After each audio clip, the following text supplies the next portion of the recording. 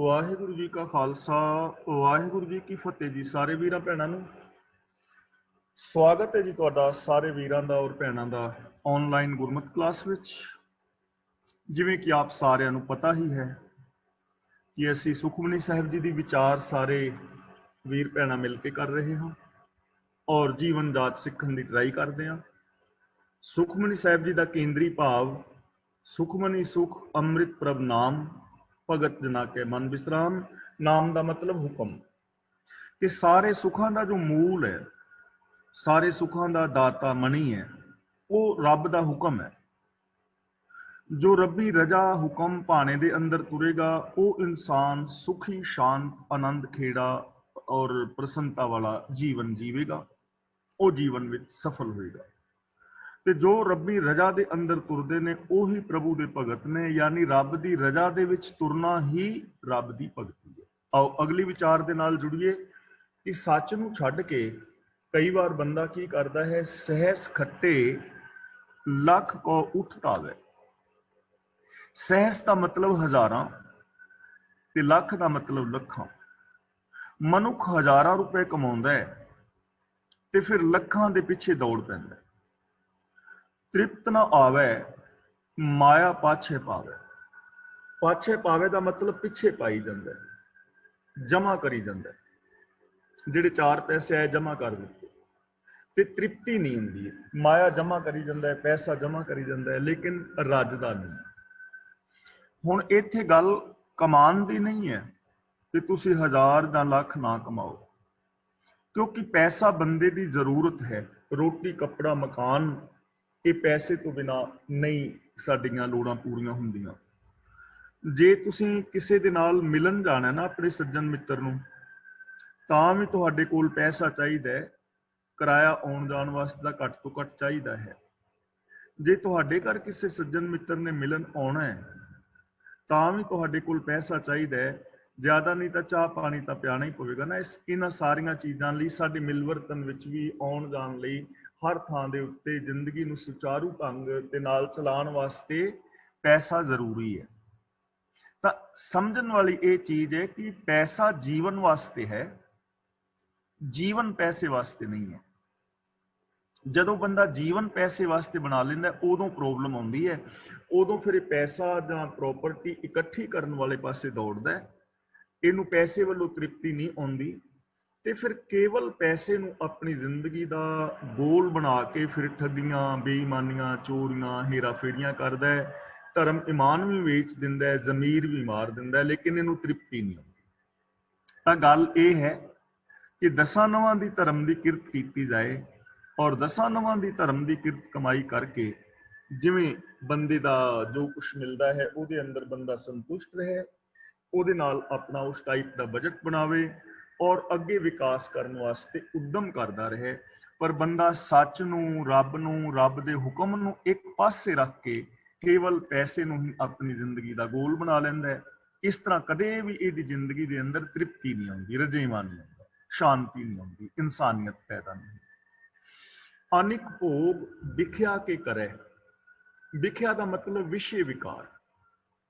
ਅਨੇਕਾਂ ਕਿਸਮ ਦੇ ਵਿਸ਼ੇ ਵਿਕਾਰਾਂ ਦੀਆਂ ਮੌਜਾਂ ਮਾਣਦਾ ਹੈ। ਮੰਦੇ ਵਿਸ਼ੇ, ਕਾਮ ਕ੍ਰੋਧ ਵਗੈਰਾ, ਮਾੜੇ ਕਰਮ ਕਰਦਾ ਹੈ, ਪਾਪ ਕਰਦਾ ਹੈ ਔਰ ਉਹਨਾਂ ਦੇ ਅੰਦਰ ਇਹ ਖੁਸ਼ੀਆਂ ਮਾਣਨ ਦਾ ਯਤਨ ਕਰਦਾ ਹੈ ਕਿ ਸ਼ਾਇਦ ਮੇਰੀ ਜ਼ਿੰਦਗੀ ਦੇ ਅੰਦਰ ਇਹਨਾਂ ਵਿਸ਼ੇ ਵਿਕਾਰਾਂ ਕਰਕੇ ਹੀ ਖੁਸ਼ੀਆਂ ਆ ਜਾਣਗੀਆਂ। ਬੰਦਾ ਰੱਬ ਨੂੰ ਭੁਲਾ ਦਿੰਦਾ ਹੈ, ਰੱਬ ਦੇ ਭਾਣੇ ਨੂੰ ਪਾਸੇ ਕਰਦਾ ਹੈ ਔਰ ਅਨੇਕਾਂ ਵਿਸ਼ੇ ਵਿਕਾਰਾਂ ਦੀਆਂ ਮੌਜਾਂ ਮਾਣਦਾ ਹੈ। ਪਰ ਹੁੰਦਾ ਕੀ ਹੈ, ਨਹਿ ਤ੍ਰਿਪਤਾਵੇ ਖਪ ਖਪ ਮਰੇ। ਤ੍ਰਿਪਤਾਵੇ ਦਾ ਮਤਲਬ ਰੱਜਦਾ ਨਹੀਂ, ਤਸੱਲੀ ਨਹੀਂ ਹੁੰਦੀ ਤੇ ਭੋਗਾਂ ਦੇ ਪਿੱਛੇ ਭੱਜੀ ਜਾਂਦਾ ਹੈ। ਖਪ ਖਪ ਕੇ ਦੁਖੀ ਹੋ ਕੇ ਮਰੇ ਦਾ ਮਤਲਬ ਮਰਦਾ ਹੈ, ਆਤਮਕ ਮੌਤ ਸਹਿੜ ਲੈਂਦਾ ਹੈ। ਰਜੇਵਾਂ ਵੀ ਨਹੀਂ ਆਉਂਦਾ, ਸੁੱਖ ਵੀ ਨਹੀਂ ਮਿਲਦਾ, ਸ਼ਾਂਤੀ ਨਹੀਂ ਮਿਲਦੀ ਔਰ ਵਿਸ਼ੇ ਵਿਕਾਰਾਂ ਦੇ ਪਿੱਛੇ ਖਪ ਖਪ ਕੇ ਦੁਖੀ ਹੋ ਕੇ ਆਤਮਕ ਮੌਤ ਵੀ ਸਹਿੜ ਲੈਂਦਾ ਹੈ। ਜਿਵੇਂ ਹੁਣ ਇੱਕ ਬੰਦਾ ਲੋਭ ਕਰ ਰਿਹਾ ਹੈ, ਬੇਗਾਨੇ ਹੱਕ ਖਾਈ ਜਾਂਦਾ ਹੈ, ਇਨਸਾਨੀਅਤ ਵੀ ਗਵਾ ਲਈ ਤੇ ਸ਼ਾਂਤੀ ਵੀ ਨਹੀਂ ਆਈ। ਕਦੇ ਕਿਸੇ ਨੂੰ ਸ਼ਾਂਤੀ ਆਈ ਹੈ? ਕਦੇ ਵੀ ਨਹੀਂ ਆਈ। ਅੱਜ ਜਿਵੇਂ ਅਸੀਂ 2 ਮਿੰਟ ਵਾਸਤੇ ਸਾਡੇ ਕੰਨ ਨੇ कि की विषय विकारां वाले गीत संगीत सुन सुन के कोई रज गया है, ਜਾਂ ऐसे विषय विकारां ਦੀਆਂ चुगली निंदा सुन सुन के कदे कोई ब्रह्म ਗਿਆਨੀ बन गया ਜਾਂ कोई भला मानस ਬਣਿਆ ना। ਤਾਂ ਗੁਰੂ ਜੀ ਕਹਿੰਦੇ ਨੇ ਖੱਪ ਖੱਪ ਕੇ ਵਿਕਾਰਾਂ ਦੇ ਵਿੱਚ ਬੰਦਾ ਆਤਮਕ ਮੌਤੇ ਮਰ ਜਾਂਦਾ ਹੈ, ਲੇਕਿਨ ਤ੍ਰਿਪਤੀ ਨਹੀਂ ਆਉਂਦੀ। ਤਾਂ ਇਸ ਲਈ ਇੱਥੇ ਸਾਨੂੰ ਵਿਕਾਰਾਂ ਤੋਂ ਵਰਜਿਆ ਜਾ ਰਿਹਾ ਹੈ ਔਰ ਰੱਬੀ ਰਜ਼ਾ ਦੇ ਵਿੱਚ ਤੁਰਨ ਦੀ ਹਿਦਾਇਤ ਕੀਤੀ ਜਾ ਰਹੀ ਹੈ। ਬਿਨਾਂ ਸੰਤੋਖ ਨਹੀਂ ਕੋ ਰਾਜੈ। ਰਾਜੇ ਦਾ ਮਤਲਬ ਰੱਜਦਾ ਨਹੀਂ। ਜੇ ਅੰਦਰ ਸੰਤੋਖ ਨਾ ਹੋਵੇ ਤਾਂ ਬੰਦਾ ਕਦੇ ਵੀ ਰੱਜਦਾ ਨਹੀਂ। ਜੇ ਸੈਟਿਸਫੈਕਸ਼ਨ ਨਹੀਂ ਹੈ ਤਾਂ ਬੰਦਾ ਕਦੇ ਖੁਸ਼ ਨਹੀਂ ਹੋਏਗਾ, ਉਹ ਬੰਦਾ ਰੱਜੇਗਾ ਨਹੀਂ ਨਾ। ਮੰਨ ਲਓ ਕਿ ਸਾਡੇ ਕੋਲ ਅਸੀਂ ਘਰ ਨਹੀਂ ਹੈ ਬਿਲਕੁਲ ਵੀ, ਤੇ ਮੈਂ ਘਰ ਬਣਾ ਲਿਆ 2 ਬੈਡਰੂਮ ਦਾ, ਲੇਕਿਨ ਮੇਰੇ ਅੰਦਰ ਸੰਤੋਖ ਨਹੀਂ ਹੈ, ਤਾਂ ਹੁਣ ਉਹ ਮੈਂ 2 ਬੈਡਰੂਮ ਦੇ ਘਰ ਦੇ ਨਾਲ ਖੁਸ਼ ਨਹੀਂ ਹੋਵਾਂਗਾ। ਹੁਣ ਮੈਂ 4 ਦਾ ਚਾਹਨਾ, ਫਿਰ 6 ਦਾ ਚਾਹਨਾ, ਫਿਰ ਅੱਗੇ ਅੱਗੇ। ਜੇ ਅੰਦਰ ਸੰਤੋਖ ਨਹੀਂ ਤਾਂ ਬੰਦਾ ਕਦੇ ਰੱਜਦਾ ਨਹੀਂ, ਖੁਸ਼ ਨਹੀਂ ਹੁੰਦਾ। ਇਸ ਲਈ ਜੇ ਖੁਸ਼ੀ ਚਾਹੁੰਦੇ ਆ ਤਾਂ ਸਾਨੂੰ ਸੰਤੋਖ ਚਾਹੀਦਾ ਹੈ। ਗੁਰੂ ਜੀ ਨੇ ਪਾਵਨ ਬਾਣੀ ਵਿੱਚ ਬਚਨ ਕੀਤਾ ਨਾ ਕਿ ਅਗਮ ਅਗੋਚਰਾ ਕਿਆ ਨਾਹੀ ਕਰਤੇ ਰਹੇ, ਕਿ ਰੱਬ ਅਗਮ ਅਗੋਚਰ ਹੈ, ਅਨੰਤ ਹੈ ਇਹ ਸੰਸਾਰ। ਤੇ ਇੱਕ ਗੱਲ ਯਾਦ ਰੱਖਣ ਵਾਲੀ ਹੈ, ਇਹ ਅਨੰਤ ਸੰਸਾਰ ਸਾਰਾ ਸਾਨੂੰ ਕਦੇ ਵੀ ਨਹੀਂ ਮਿਲ ਸਕਦਾ, ਸਾਰਾ ਕਦੇ ਵੀ ਨਹੀਂ ਮਿਲ ਸਕਦਾ। ਹੁਣ ਜੇ ਮੈਂ ਚਾਹਾਂ ਕਿ ਇਹ ਸਾਰੀ ਧਰਤੀ ਮੇਰੀ ਹੋ ਜਾਏ ਤੇ ਐਵੇਂ ਕਦੇ ਹੋਣਾ ਹੀ ਨਹੀਂ ਨਾ। ਜੇ ਮੈਂ ਚਾਹਾਂ ਕਿ ਸਾਰਾ ਸੰਸਾਰ ਮੈਨੂੰ ਮਿਲ ਜਾਏ, ਤੇ ਜੇ ਮਿਲ ਵੀ ਜਾਏ ਬਾਈ ਦੀ ਵੇ, ਤੇ ਮੈਂ ਇਹਨੇ ਦਾ ਕਰਾਂਗਾ ਕੀ, ਇਹਨੂੰ ਸੰਭਾਲਾਂਗਾ ਕਿਵੇਂ? ਸਾਰਾ ਕਦੇ ਮਿਲ ਨਹੀਂ ਸਕਦਾ, ਕਿਉਂਕਿ ਇੱਥੇ ਅਨੰਤ ਹੈ। ਨਾ ਤੇ ਸਾਰਾ ਗਿਆਨ ਮੈਨੂੰ ਮਿਲ ਸਕਦਾ ਹੈ ਕਿ ਮੈਂ ਚਾਹਾਂ ਕਿ ਫਿਜ਼ਿਕਸ ਦਾ ਵੀ, ਕੈਮਿਸਟਰੀ ਦਾ ਵੀ, ਮੈਥ ਦਾ ਵੀ ਮੈਂ ਮਾਸਟਰ ਹੋ ਜਾਵਾਂ, ਮੈਂ ਫਾਈਨੈਂਸ਼ੀਅਲੀ ਵੀ ਮੈਂ ਸਾਰਾ ਗਿਆਨ ਹਾਸਿਲ ਕਰ ਲਵਾਂ, ਧਰਮ ਦਾ ਵੀ ਗਿਆਨ ਹਾਸਿਲ ਕਰ ਲਵਾਂ। ਇਸ ਧਰਤੀ ਦੇ ਉੱਤੇ, ਸੰਸਾਰ ਦੇ ਉੱਤੇ ਕੀ ਕੁਛ ਹੈ, ਪੂਰੇ ਦਾ ਪੂਰਾ ਮੁਕੰਮਲ ਮੈਨੂੰ ਗਿਆਨ ਹੋ ਜਾਏ, ਐਸਾ ਕਦੇ ਹੋਣਾ ਹੀ ਨਹੀਂ, ਕਿਉਂਕਿ ਸਾਰਾ ਨਹੀਂ ਨਾ ਮਿਲ ਸਕਦਾ। ਇੱਥੇ ਅਨੰਤ ਹੈ। ਤਾਂ ਜਿੰਨਾ ਮੇਰੇ ਕੋਲ ਹੈ ਮੈਨੂੰ ਉਹਦੇ ਤੇ ਸੰਤੋਖ ਕਰਨਾ ਪਵੇਗਾ ਔਰ ਅਗਲੀ ਪ੍ਰਾਪਤੀ ਵਾਸਤੇ ਮੈਨੂੰ ਯਤਨ ਕਰਨਾ ਚਾਹੀਦਾ। ਬਿਨਾਂ ਸੰਤੋਖ ਨਹੀਂ ਕੋ ਰਾਜੈ, ਸੁਪਨ ਮਨੋਰਥ ਬ੍ਰਿਥੇ ਸਭ ਕਾਜੇ। ਇਹਨੂੰ ਬਿਰਥੇ ਨਹੀਂ ਪੜਨਾ, ਬ੍ਰਿਥੇ ਪੜਨਾ ਹੈ, ਕਿਉਂਕਿ ਬੱਬੇ ਦੇ ਪੈਰ ਥੱਲੇ ਅੱਧਾ ਰਾਰਾ ਹੈ। ਮਨੋਰਥ ਦਾ ਮਤਲਬ ਮਨ ਦੇ ਰਥ, ਮਨ ਦੀਆਂ ਦੌੜਾਂ। ਮਨੋ ਰਥ, ਮਨ ਦੇ ਰਥ, ਮਨ ਦੇ ਫੁਰਨੇ, ਖਾਹਿਸ਼ਾਂ। ਬਿਰਥੇ ਦਾ ਮਤਲਬ ਵਿਅਰਥ। ਸੁਪਨ ਮਨੋਰਥ, ਜਿਵੇਂ ਸੁਪਨਿਆਂ ਤੋਂ ਕੋਈ ਲਾਭ ਨਹੀਂ ਨਾ ਹੁੰਦਾ। ਰਾਤ ਨੂੰ ਸੁਪਨਾ ਆਵੇ ਤੇ ਸੁਪਨੇ ਦੇ ਅੰਦਰ ਮੈਂ ਬਾਦਸ਼ਾਹ ਬਣ ਜਾਵਾਂ, MLA MP ਪ੍ਰਧਾਨ ਮੰਤਰੀ, ਜਾਂ ਮੈਂ ਰਾਤ ਨੂੰ ਸੁਪਨੇ ਦੇ ਵਿੱਚ ਇੰਗਲੈਂਡ ਦਾ ਪ੍ਰਧਾਨ ਮੰਤਰੀ ਬਣ ਜਾਵਾਂ, ਤੇ ਸੁਪਨੇ ਵਿੱਚ ਪ੍ਰਧਾਨ ਮੰਤਰੀ ਬਣਨ ਦਾ ਮੈਨੂੰ ਕੋਈ ਲਾਭ ਹੋਏਗਾ? ਸਵੇਰੇ ਬੈਠੇ ਤੇ ਫਿਰ ਮੈਂ ਆਪਣੇ ਬੈੱਡ ਤੇ ਹੋਣਾ ਹੈ, ਜਦੋਂ ਨੀਂਦ ਟੁੱਟੇਗੀ ਪੈ ਤੇ ਫਿਰ ਮੈਂ ਬੈੱਡ ਤੇ ਹੋਣਾ, ਦਾ ਕੋਈ ਲਾਭ ਨਹੀਂ ਨਾ ਹੋਣਾ। ਇਸੇ ਤਰ੍ਹਾਂ ਜੇ ਅੰਦਰ ਸੰਤੋਖ ਨਹੀਂ ਤਾਂ ਜਿੰਨੇ ਮਰਜ਼ੀ ਕਾਰਜ ਕਰ ਲਓ, ਉਹਨਾਂ ਦਾ ਕੋਈ ਲਾਭ ਨਹੀਂ, ਖੁਸ਼ੀ ਨਹੀਂ ਉਹਨਾਂ ਤੋਂ। ਸੰਤੋਖਹੀਣ ਮਨੁੱਖ ਦੇ ਸਾਰੇ ਕੰਮ, ਖਾਹਿਸ਼ਾਂ ਸਾਰੀਆਂ ਹੀ ਵਿਅਰਥ ਨੇ, ਉਹਨੂੰ ਖੁਸ਼ੀ ਹੋਣੀ ਨਹੀਂ। ਜਿਵੇਂ ਸੁਪਨੇ ਦੇ ਮਨੋਰਥ ਨੇ, ਸੁਪਨੇ ਦੇ ਵਿੱਚੋਂ ਸਾਨੂੰ ਖੁਸ਼ੀ ਨਹੀਂ ਮਿਲਦੀ, ਯਾਨੀ ਸੁਪਨੇ ਦੇ ਜਿਹੜੇ ਪਦਾਰਥ ਨੇ ਉਹਨਾਂ ਦਾ ਸਾਨੂੰ ਕੋਈ ਲਾਭ ਨਹੀਂ ਹੁੰਦਾ, ਕਿਉਂਕਿ ਉਹ ਅਸਲੀਅਤ ਨਹੀਂ ਹੈ। ਤੇ ਜੇ ਬੰਦੇ ਦੇ ਅੰਦਰ ਸੰਤੋਖ ਨਹੀਂ, ਉਹ ਕਿਸੇ ਵੀ ਚੀਜ਼ ਤੋਂ ਸੈਟਿਸਫਾਈ ਨਹੀਂ, ਤਾਂ ਉਹਦੇ ਸਾਰੇ ਕੀਤੇ ਹੋਏ ਕਾਰਜ ਬੇਕਾਰ ਹੋ ਜਾਣਗੇ। ਆਹ ਦੇਖ ਲਓ ਧਾਰਮਿਕ ਦੁਨੀਆ ਵਿੱਚ ਲੋਕ ਕਰੀ ਜਾ ਰਹੇ ਨੇ ਨਾ, ਮਤਲਬ ਤੀਰਥਾਂ ਤੇ ਯਾਤਰਾ, ਵਰਤ ਨਰਾਤੇ, ਸਰਾਧ, ਇਹਨਾਂ ਦਾ ਕੋਈ ਲਾਭ ਹੋ ਰਿਹਾ? ਜਿਵੇਂ ਆਪ ਵੀਰ ਅਰਵਿੰਦਰ ਸਿੰਘ ਜੀ ਨੇ ਸਵਾਲ ਕੀਤਾ ਸੀ ਕਿ ਆਪ ਸਾਰੇ ਵੀਰ ਭੈਣਾਂ ਉੱਤਰ ਦੇ ਰਹੇ ਸੀ, ਤਾਂ ਭਗਤ ਕਬੀਰ ਜੀ ਕਿੰਨੇ ਪਿਆਰ ਨਾਲ ਕਹਿੰਦੇ ਨੇ, ਵੇਦ ਪੁਰਾਨ ਪੜ੍ਹੇ ਕਾ ਕਿਆ ਗੁਣ, ਖਰ ਚੰਦਨ ਦਸ ਪਾਰਾ। ਕਿ ਜਿਵੇਂ ਖੋਤੇ ਦੇ ਉੱਤੇ ਚੰਦਨ ਲੱਦਿਆ ਹੋਵੇ ਤੇ ਉਸ ਖੋਤੇ ਨੂੰ ਉਸ ਚੰਦਨ ਦਾ ਕੀ ਲਾਭ? ਉਹਦੇ ਤੇ ਭਾਰ ਹੀ ਹੈ ਨਾ ਨਿਰਾ। ਲਾਭ ਤੇ ਉਹਨੇ ਲੈਣਾ ਜਿਹੜਾ ਬੰਦਾ ਚੰਦਨ ਨੂੰ ਰਗੜ ਕੇ ਮੱਥੇ ਤੇ ਲਾਏਗਾ ਜਾਂ ਹੱਥਾਂ ਤੇ ਲਾਏਗਾ, ਉਹਦੀ ਸੁਗੰਧ ਲਵੇਗਾ ਜਾਂ ਉਹਨੂੰ ਵਰਤੇਗਾ। ਲਾਭ ਤੇ ਉਹਨੂੰ ਹੈ ਜਿਹਨੇ ਵਰਤਿਆ। ਤੇ ਖੋਤਾ ਤੇ ਐਵੇਂ ਚੰਦਨ ਚੁੱਕੀ ਫਿਰਦਾ ਨਾ ਵਿਚਾਰਾ, ਲਾਕੀ ਚਲਾਉਂਦਾ ਫਿਰਦਾ। ਇਸੇ ਤਰ੍ਹਾਂ ਜੇ ਹੁਣ ਕੋਈ ਧਰਮ ਗ੍ਰੰਥਾਂ ਨੂੰ ਪੜ੍ਹੇ, ਯਾਦ ਕਰ ਲਵੇ ਤੇ ਉਹਨਾਂ ਤੇ ਅਮਲ ਨਾ ਕਰੇ, ਤਾਂ ਜਿਵੇਂ ਖੋਤੇ ਦੇ ਉੱਤੇ ਚੰਦਨ ਲੱਦਿਆ ਹੈ, ਉਵੇਂ ਅਸੀਂ ਆਪਣੇ ਦਿਮਾਗ ਦੇ ਵਿੱਚੋਂ ਧਰਮ ਗ੍ਰੰਥਾਂ ਦੇ ਪਠਨ ਪਾਠਨ ਲੱਦੀ ਫਿਰਦੇ ਹਾਂ, ਵੇਦ ਸ਼ਾਸਤਰਾਂ। ਵੇਦ ਪੁਰਾਨ ਪੜ੍ਹੇ ਕਾ ਕਿਆ ਗੁਣ, ਖਰ ਚੰਦਨ ਦਸ ਪਾਰਾ। ਹੁਣ ਗੁਰੂ ਜੀ ਕਹਿੰਦੇ ਨੇ ਪੜ੍ਹੇ ਸੁਨੇ ਕਿਆ ਕਿਆ ਪੜ੍ਹੀਏ ਕਿਆ ਗੁਣੀਏ, ਕਿਆ ਪੜ੍ਹੀਏ ਕਿਆ ਗੁਣੀਏ, ਕਿਆ ਵੇਦ ਪੁਰਾਨਾ ਸੁਣੀਏ, ਪੜ੍ਹੇ ਸੁਨੇ ਕਿਆ ਹੋਈ, ਜੋ ਸਹਿਜ ਨਾ ਮਿਲੇ ਸੋਈ। ਭਗਤ ਕਬੀਰ ਜੀ ਕਹਿੰਦੇ ਨੇ ਪੜ੍ਹਨ ਨਾਲ ਕੀ ਹੋ ਜਾਏਗਾ? ਕੁਛ ਵੀ ਨਹੀਂ। ਸੁਣਨ ਨਾਲ ਕੀ ਹੋਣਾ ਹੈ? ਕੁਛ ਵੀ ਨਹੀਂ। ਕਿਆ ਪੜ੍ਹੀਏ ਕਿਆ ਗੁਣੀਏ, ਵੀ ਪੜ੍ਹਨ ਦਾ ਕੀ ਲਾਭ ਹੈ, ਸੁਣਨ ਦਾ ਕੀ ਲਾਭ ਹੈ? ਪੜ੍ਹੇ ਸੁਨੇ ਕਿਆ ਹੋਈ, ਪੜ੍ਹਨ ਸੁਣਨ ਨਾਲ ਕੀ ਹੋ ਜਾਏਗਾ? ਕੁਛ ਵੀ ਨਹੀਂ। ਜੋ ਸਹਿਜ ਨਾ ਮਿਲਿਓ ਸੋਈ। ਜੇ ਆਤਮਿਕ ਅਡੋਲਤਾ ਵਿੱਚ ਬੰਦਾ ਨਹੀਂ ਟਿਕਿਆ ਔਰ ਆਤਮਿਕ ਅਡੋਲਤਾ ਵਿੱਚ ਟਿਕ ਕੇ ਰੱਬ ਵਿੱਚ ਲੀਨ ਨਹੀਂ ਹੋਇਆ, ਮਨ ਬਚਨ ਕਰਮ ਕਰਕੇ ਸੱਚ ਦਾ ਧਾਰਨੀ ਨਹੀਂ ਹੋਇਆ, ਤਾਂ ਪੜ੍ਹਨ ਸੁਣਨ ਦਾ ਕੀ ਲਾਭ? ਇਸੇ ਤਰ੍ਹਾਂ ਜਿਹੜੇ ਅਸੀਂ ਕੰਮ ਕਰਦੇ ਹਾਂ, ਜੇ ਸਾਨੂੰ ਉਹਨਾਂ ਤੋਂ ਸੁੱਖ ਨਹੀਂ ਮਿਲਿਆ ਤਾਂ ਉਹਨਾਂ ਕੰਮਾਂ ਦਾ ਲਾਭ ਕੀ ਹੋਇਆ? ਇਸ ਲਈ ਜੇ ਸੰਤੋਖ ਨਹੀਂ ਤਾਂ ਸਾਡੇ ਇਹ ਕੀਤੇ ਹੋਏ ਸਾਰੇ ਕਰਮ ਬੇਕਾਰ ਔਰ ਵਿਅਰਥ ਹੋ ਜਾਣਗੇ, ਜਿਵੇਂ ਸੁਪਨਿਆਂ ਦੇ ਕੰਮਾਂ ਦਾ ਕੋਈ ਲਾਭ ਨਹੀਂ ਹੁੰਦਾ। ਹੁਣ ਸਾਨੂੰ ਇਸ ਸਮੱਸਿਆ ਦਾ ਸੋਲੂਸ਼ਨ ਦੱਸ ਰਹੇ ਨੇ ਕਿ ਅਸਲ ਵਿੱਚ ਸਾਨੂੰ ਕੀ ਕਰਨਾ ਚਾਹੀਦਾ ਹੈ। ਨਾਮ ਰੰਗ ਸਰਬ ਸੁਖ ਹੋਏ। ਰੰਗ ਦਾ ਮਤਲਬ ਪਿਆਰ। ਹਰੀ ਦੇ ਨਾਮ ਦੀ ਪ੍ਰੀਤ ਰਾਹੀਂ ਸਮੂਹ ਆਰਾਮ ਪ੍ਰਾਪਤ ਹੁੰਦੇ ਨੇ, ਸਾਰੇ ਸੁਖ ਹੁੰਦੇ ਨੇ। ਨਾਮ ਦਾ ਮਤਲਬ ਹੁਕਮ, ਰਜ਼ਾ, ਭਾਣਾ, ਲਾ ਆਫ ਨੇਚਰ, ਰੱਬ ਦੇ ਬਣਾਏ ਕੁਦਰਤ ਦੇ ਨੇਮ। ਜੇ ਇਹਨਾਂ ਦੇ ਨਾਲ ਬੰਦਾ ਪਿਆਰ ਕਰੇ ਨਾ ਔਰ ਜ਼ਿੰਦਗੀ ਜੀਵੇ ਤਾਂ ਸਾਰੇ ਸੁੱਖ ਹੋ ਸਕਦੇ ਨੇ। ਫਿਰ ਬੰਦਾ ਸੁਖੀ ਹੋ ਸਕਦਾ ਹੈ, ਸਰੀਰਕ ਤੌਰ ਤੇ, ਮਾਨਸਿਕ ਤੌਰ ਤੇ, ਆਤਮਿਕ ਤੌਰ ਤੇ, ਪਰਿਵਾਰਕ ਤੌਰ ਤੇ, ਵਿਵਹਾਰਕ ਤੌਰ ਤੇ। ਫਿਰ ਇਹਦੀ ਜ਼ਿੰਦਗੀ ਦੇ ਅੰਦਰ ਸਾਰੇ ਸੁੱਖ ਆ ਜਾਂਦੇ ਨੇ, ਸਾਰਾ ਸੁੱਖ ਮਿਲ ਜਾਂਦਾ ਹੈ ਜੇ ਨੇਮਾਂ ਨੂੰ ਫੋਲੋ ਕਰੇ।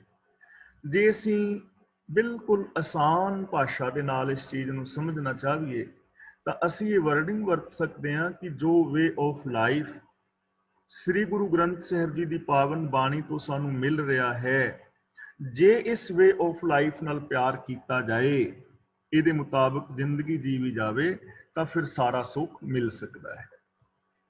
ਬੜ ਭਾਗੀ ਕਿਸੇ ਪ੍ਰਾਪਤ ਹੋਏ। ਕਿਸੇ ਵੱਡੇ ਭਾਗਾਂ ਵਾਲੇ ਨੂੰ ਮਿਲਦਾ ਹੈ ਇਹ ਸੁੱਖ। ਹੁਕਮ ਦੇ ਵਿੱਚ ਤੁਰਨਾ ਕਿਸੇ ਵੱਡੇ ਭਾਗਾਂ ਵਾਲੇ ਨੂੰ ਮਿਲਦਾ ਹੈ। ਹੁਣ ਇਹ ਚੀਜ਼ ਸਮਝਣ ਵਾਲੀ ਹੈ। ਵੱਡੇ ਭਾਗਾਂ ਵਾਲਾ ਕੌਣ ਹੈ? ਜਿਹੜਾ ਹੁਕਮ ਦੇ ਵਿੱਚ ਤੁਰਦਾ ਹੈ। ਜੋ ਹੁਕਮ ਦੇ ਵਿੱਚ ਤੁਰੇਗਾ ਉਹ ਵੱਡੇ ਭਾਗਾਂ ਵਾਲਾ ਹੈ ਤੇ ਉਹਨੂੰ ਇਹ ਸੁੱਖ ਮਿਲ ਜਾਏਗਾ। ਇਹਦਾ ਮਤਲਬ ਇਹ ਨਹੀਂ ਕਿ ਜਿਹਦੀ ਕਿਸਮਤ ਪਿੱਛੋਂ ਲਿਖੀ ਹੋਈ ਆਈ ਹੈ ਤੇ ਉਹਨੂੰ ਇਹ ਚੀਜ਼ ਮਿਲੇਗੀ। ਜੇ ਤੇ ਪਿੱਛੋਂ ਕਿਸਮਤ ਵਿੱਚ ਲਿਖਿਆ ਆ ਰਿਹਾ ਹੈ ਕਿ ਇਹ ਬੰਦਾ ਹੁਕਮ ਦੇ ਵਿੱਚ ਤੁਰੇਗਾ, ਦੂਜਾ ਨਹੀਂ ਤੁਰੇਗਾ, ਇਸ ਬੰਦੇ ਨੂੰ ਸੁੱਖ ਹੋਏਗਾ, ਦੂਜੇ ਨੂੰ ਨਹੀਂ ਹੋਏਗਾ, ਫਿਰ ਤਾਂ ਸਾਡੇ ਯਤਨ ਕਰਨ ਦਾ ਕੋਈ ਲਾਭ ਹੀ ਨਹੀਂ ਹੈ ਨਾ। ਫਿਰ ਤੇ ਜੋ ਲਿਖਿਆ ਹੈ ਉਹ ਹੀ ਮਿਲਣਾ ਹੈ, ਕਿਉਂਕਿ ਸਾਡੀ ਕਿਸਮਤ ਦੇ ਵਿੱਚ ਲਿਖਿਆ ਹੀ ਨਹੀਂ ਸਤਸੰਗ ਵਿੱਚ ਜਾਣਾ, ਬਾਣੀ ਪੜ੍ਹਨੀ, ਬਾਣੀ ਅਨੁਸਾਰ ਜ਼ਿੰਦਗੀ ਜੀਣੀ। ਰੱਬ ਨੇ ਨਹੀਂ ਲਿਖਿਆ ਤਾਂ ਇਹਦਾ ਮਤਲਬ ਦੋਸ਼ੀ ਤੇ ਫਿਰ ਰੱਬ ਹੋਇਆ ਨਾ। ਪਰ ਇਹ ਗੱਲ ਨਹੀਂ ਹੈ। ਵੱਡ ਭਾਗੀ ਕਿਸੇ ਪ੍ਰਾਪਤ ਹੋਏ ਦਾ ਮਤਲਬ ਵੱਡੇ ਭਾਗਾਂ ਵਾਲਾ, ਜਿਹੜਾ ਵੱਡੇ ਭਾਗ ਜਿਹਦੇ ਉਦਮ ਜਿਹਦਾ ਵੱਡਾ ਹੋਏਗਾ, ਜਿਹੜਾ ਆਰ ਕਰੇਗਾ, ਜੋ ਰੱਬੀ ਰਜ਼ਾ ਦੇ ਵਿੱਚ ਤੁਰੇਗਾ, ਉਹਨੂੰ ਗੁਰੂ ਜੀ ਵੱਡ ਭਾਗੀ ਕਹਿ ਰਹੇ ਨੇ। ਉਹ ਚੰਗੀ ਕਿਸਮਤ ਵਾਲਾ ਹੈ, ਉਹ ਚੰਗੇ ਭਾਗਾਂ ਵਾਲਾ ਹੈ, ਯਾਨੀ ਉਹ ਚੰਗਾ ਇਨਸਾਨ ਹੈ, ਉਹਦੇ ਉਦਮ ਚੰਗੇ ਨੇ।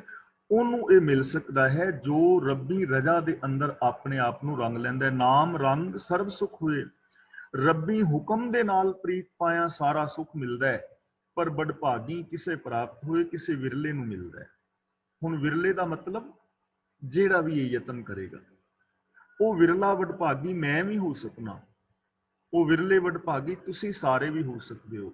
ਜਿਹੜਾ ਵੀ ਰੱਬ ਦੀ ਰਜ਼ਾ ਵਿੱਚ ਤੁਰੇਗਾ ਉਹਨੂੰ ਇਹ ਸੁੱਖ ਮਿਲ ਸਕਦਾ ਹੈ, ਉਹ ਸੁੱਖ ਪਾ ਸਕਦਾ ਹੈ। ਕਰਨ ਕਰਾਵਨ ਆਪੇ ਆਪ। ਪ੍ਰਭੂ ਆਪ ਹੀ ਸਭ ਕੁਝ ਕਰਨ ਦੇ ਔਰ ਜੀਵਾਂ ਤੋਂ ਕਰਾਉਣ ਦੇ ਸਮਰੱਥ ਹੈ। ਯਾਨੀ ਇਹ ਰਚਨਾ ਜਿਹੜੀ ਹੈ ਉਹ ਕਿਸੇ ਜੀਵ ਨੇ ਨਹੀਂ ਰਚੀ, ਕਿਸੇ ਬੰਦੇ ਨੇ ਨਹੀਂ ਰਚੀ, ਕਿਸੇ ਦੇਵੀ ਦੇਵਤੇ ਨੇ ਨਹੀਂ ਰਚੀ। ਉਹ ਪ੍ਰਭੂ ਆਪ ਸੰਸਾਰ ਰੂਪ ਹੋ ਗਿਆ। ਅਵਗਤ ਤੋਂ ਨਿਰਮਾਇਲ ਉਪਜੈ, ਨਿਰਗੁਣ ਤੇ ਸਰਗੁਣ ਥੀਆ। ਤੇ ਆਪ ਹੀ ਸਭ ਕੁਝ ਕਰਾਉਣ ਵਾਲਾ ਹੈ, ਯਾਨੀ ਰੱਬ ਦੀ ਰਜ਼ਾ ਦੇ ਵਿੱਚ ਹੀ ਸਾਰਾ ਕੁਝ ਹੋ ਰਿਹਾ ਨਾ। ਚਾਹੇ ਉਹ ਧਰਤੀ ਜਾਂ ਸੂਰਜ ਜਾਂ ਚੰਦਰਮਾ, ਗ੍ਰਹਿ ਨਕਸ਼ਤਰ, ਤਾਰੇ ਸਿਆਰੇ ਸਿਤਾਰੇ, ਆਕਾਸ਼ ਗੰਗਾਵਾਂ ਜੋ ਵੀ ਇਹ ਘੁੰਮ ਰਹੀਆਂ ਨੇ, ਕਾਰਜਸ਼ੀਲ ਨੇ, ਉਤਪਤੀ ਲੈਤਾ ਪਾਲਣਾ ਸਾਰਾ ਕੁਝ ਸਿਸਟਮ ਵਿੱਚ ਹੋ ਰਿਹਾ ਨਾ। ਜੋ ਕੁਛ ਪਾਇਆ ਸੋ ਏਕਾ ਵਾਰ।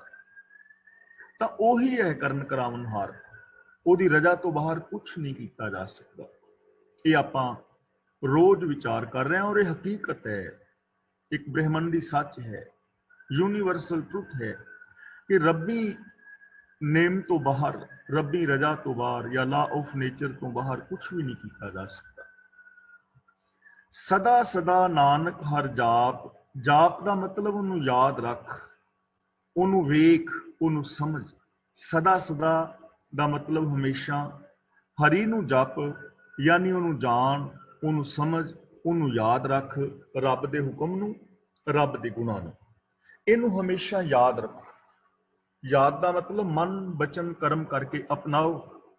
ਸਾਡੀ ਮਾਨਸਿਕਤਾ ਦੇ ਵਿੱਚ ਵੀ ਰੱਬ ਦੇ ਗੁਣ ਹੋਣ, ਸਾਡੇ ਬੋਲਾਂ ਦੇ ਵਿੱਚ ਵੀ, ਸਾਡੇ ਵਿਹਾਰ ਵਿੱਚ ਵੀ। ਇਹ ਚੀਜ਼ ਹਮੇਸ਼ਾ ਯਾਦ ਰਹੇ ਕਿ ਮੈਂ ਆਪਣੇ ਮਨ ਦੇ ਅੰਦਰ ਪੋਜ਼ਿਟਿਵ ਵਿਚਾਰ ਪੈਦਾ ਕਰਨੇ ਨੇ, ਨੈਗੇਟਿਵ ਨਹੀਂ। ਇਹ ਯਾਦ ਹੋਣਾ ਚਾਹੀਦਾ, ਇਹਦੇ ਤੇ ਅਮਲ ਹੋਣਾ ਚਾਹੀਦਾ। ਸਾਨੂੰ ਇਹ ਯਾਦ ਹੋਣਾ ਚਾਹੀਦਾ ਕਿ ਮੈਂ ਮਿੱਠੇ ਪਿਆਰੇ ਔਰ ਸੱਚੇ ਬੋਲ ਬੋਲਣੇ ਨੇ। ਇਹ ਚੀਜ਼, ਇਹਨੂੰ ਕਹਿੰਦੇ ਨੇ ਰੱਬ ਦੀ ਯਾਦ। ਤੇ ਸਾਨੂੰ ਇਹ ਯਾਦ ਹੋਣਾ ਚਾਹੀਦਾ ਕਿ ਮੈਂ ਕੋਈ ਗਲਤ ਕੰਮ ਨਹੀਂ ਕਰਨਾ, ਮੈਂ ਸਾਰੇ ਕੰਮ ਸੱਚ ਨੂੰ ਆਧਾਰ ਬਣਾ ਕੇ ਕਰਨੇ ਨੇ।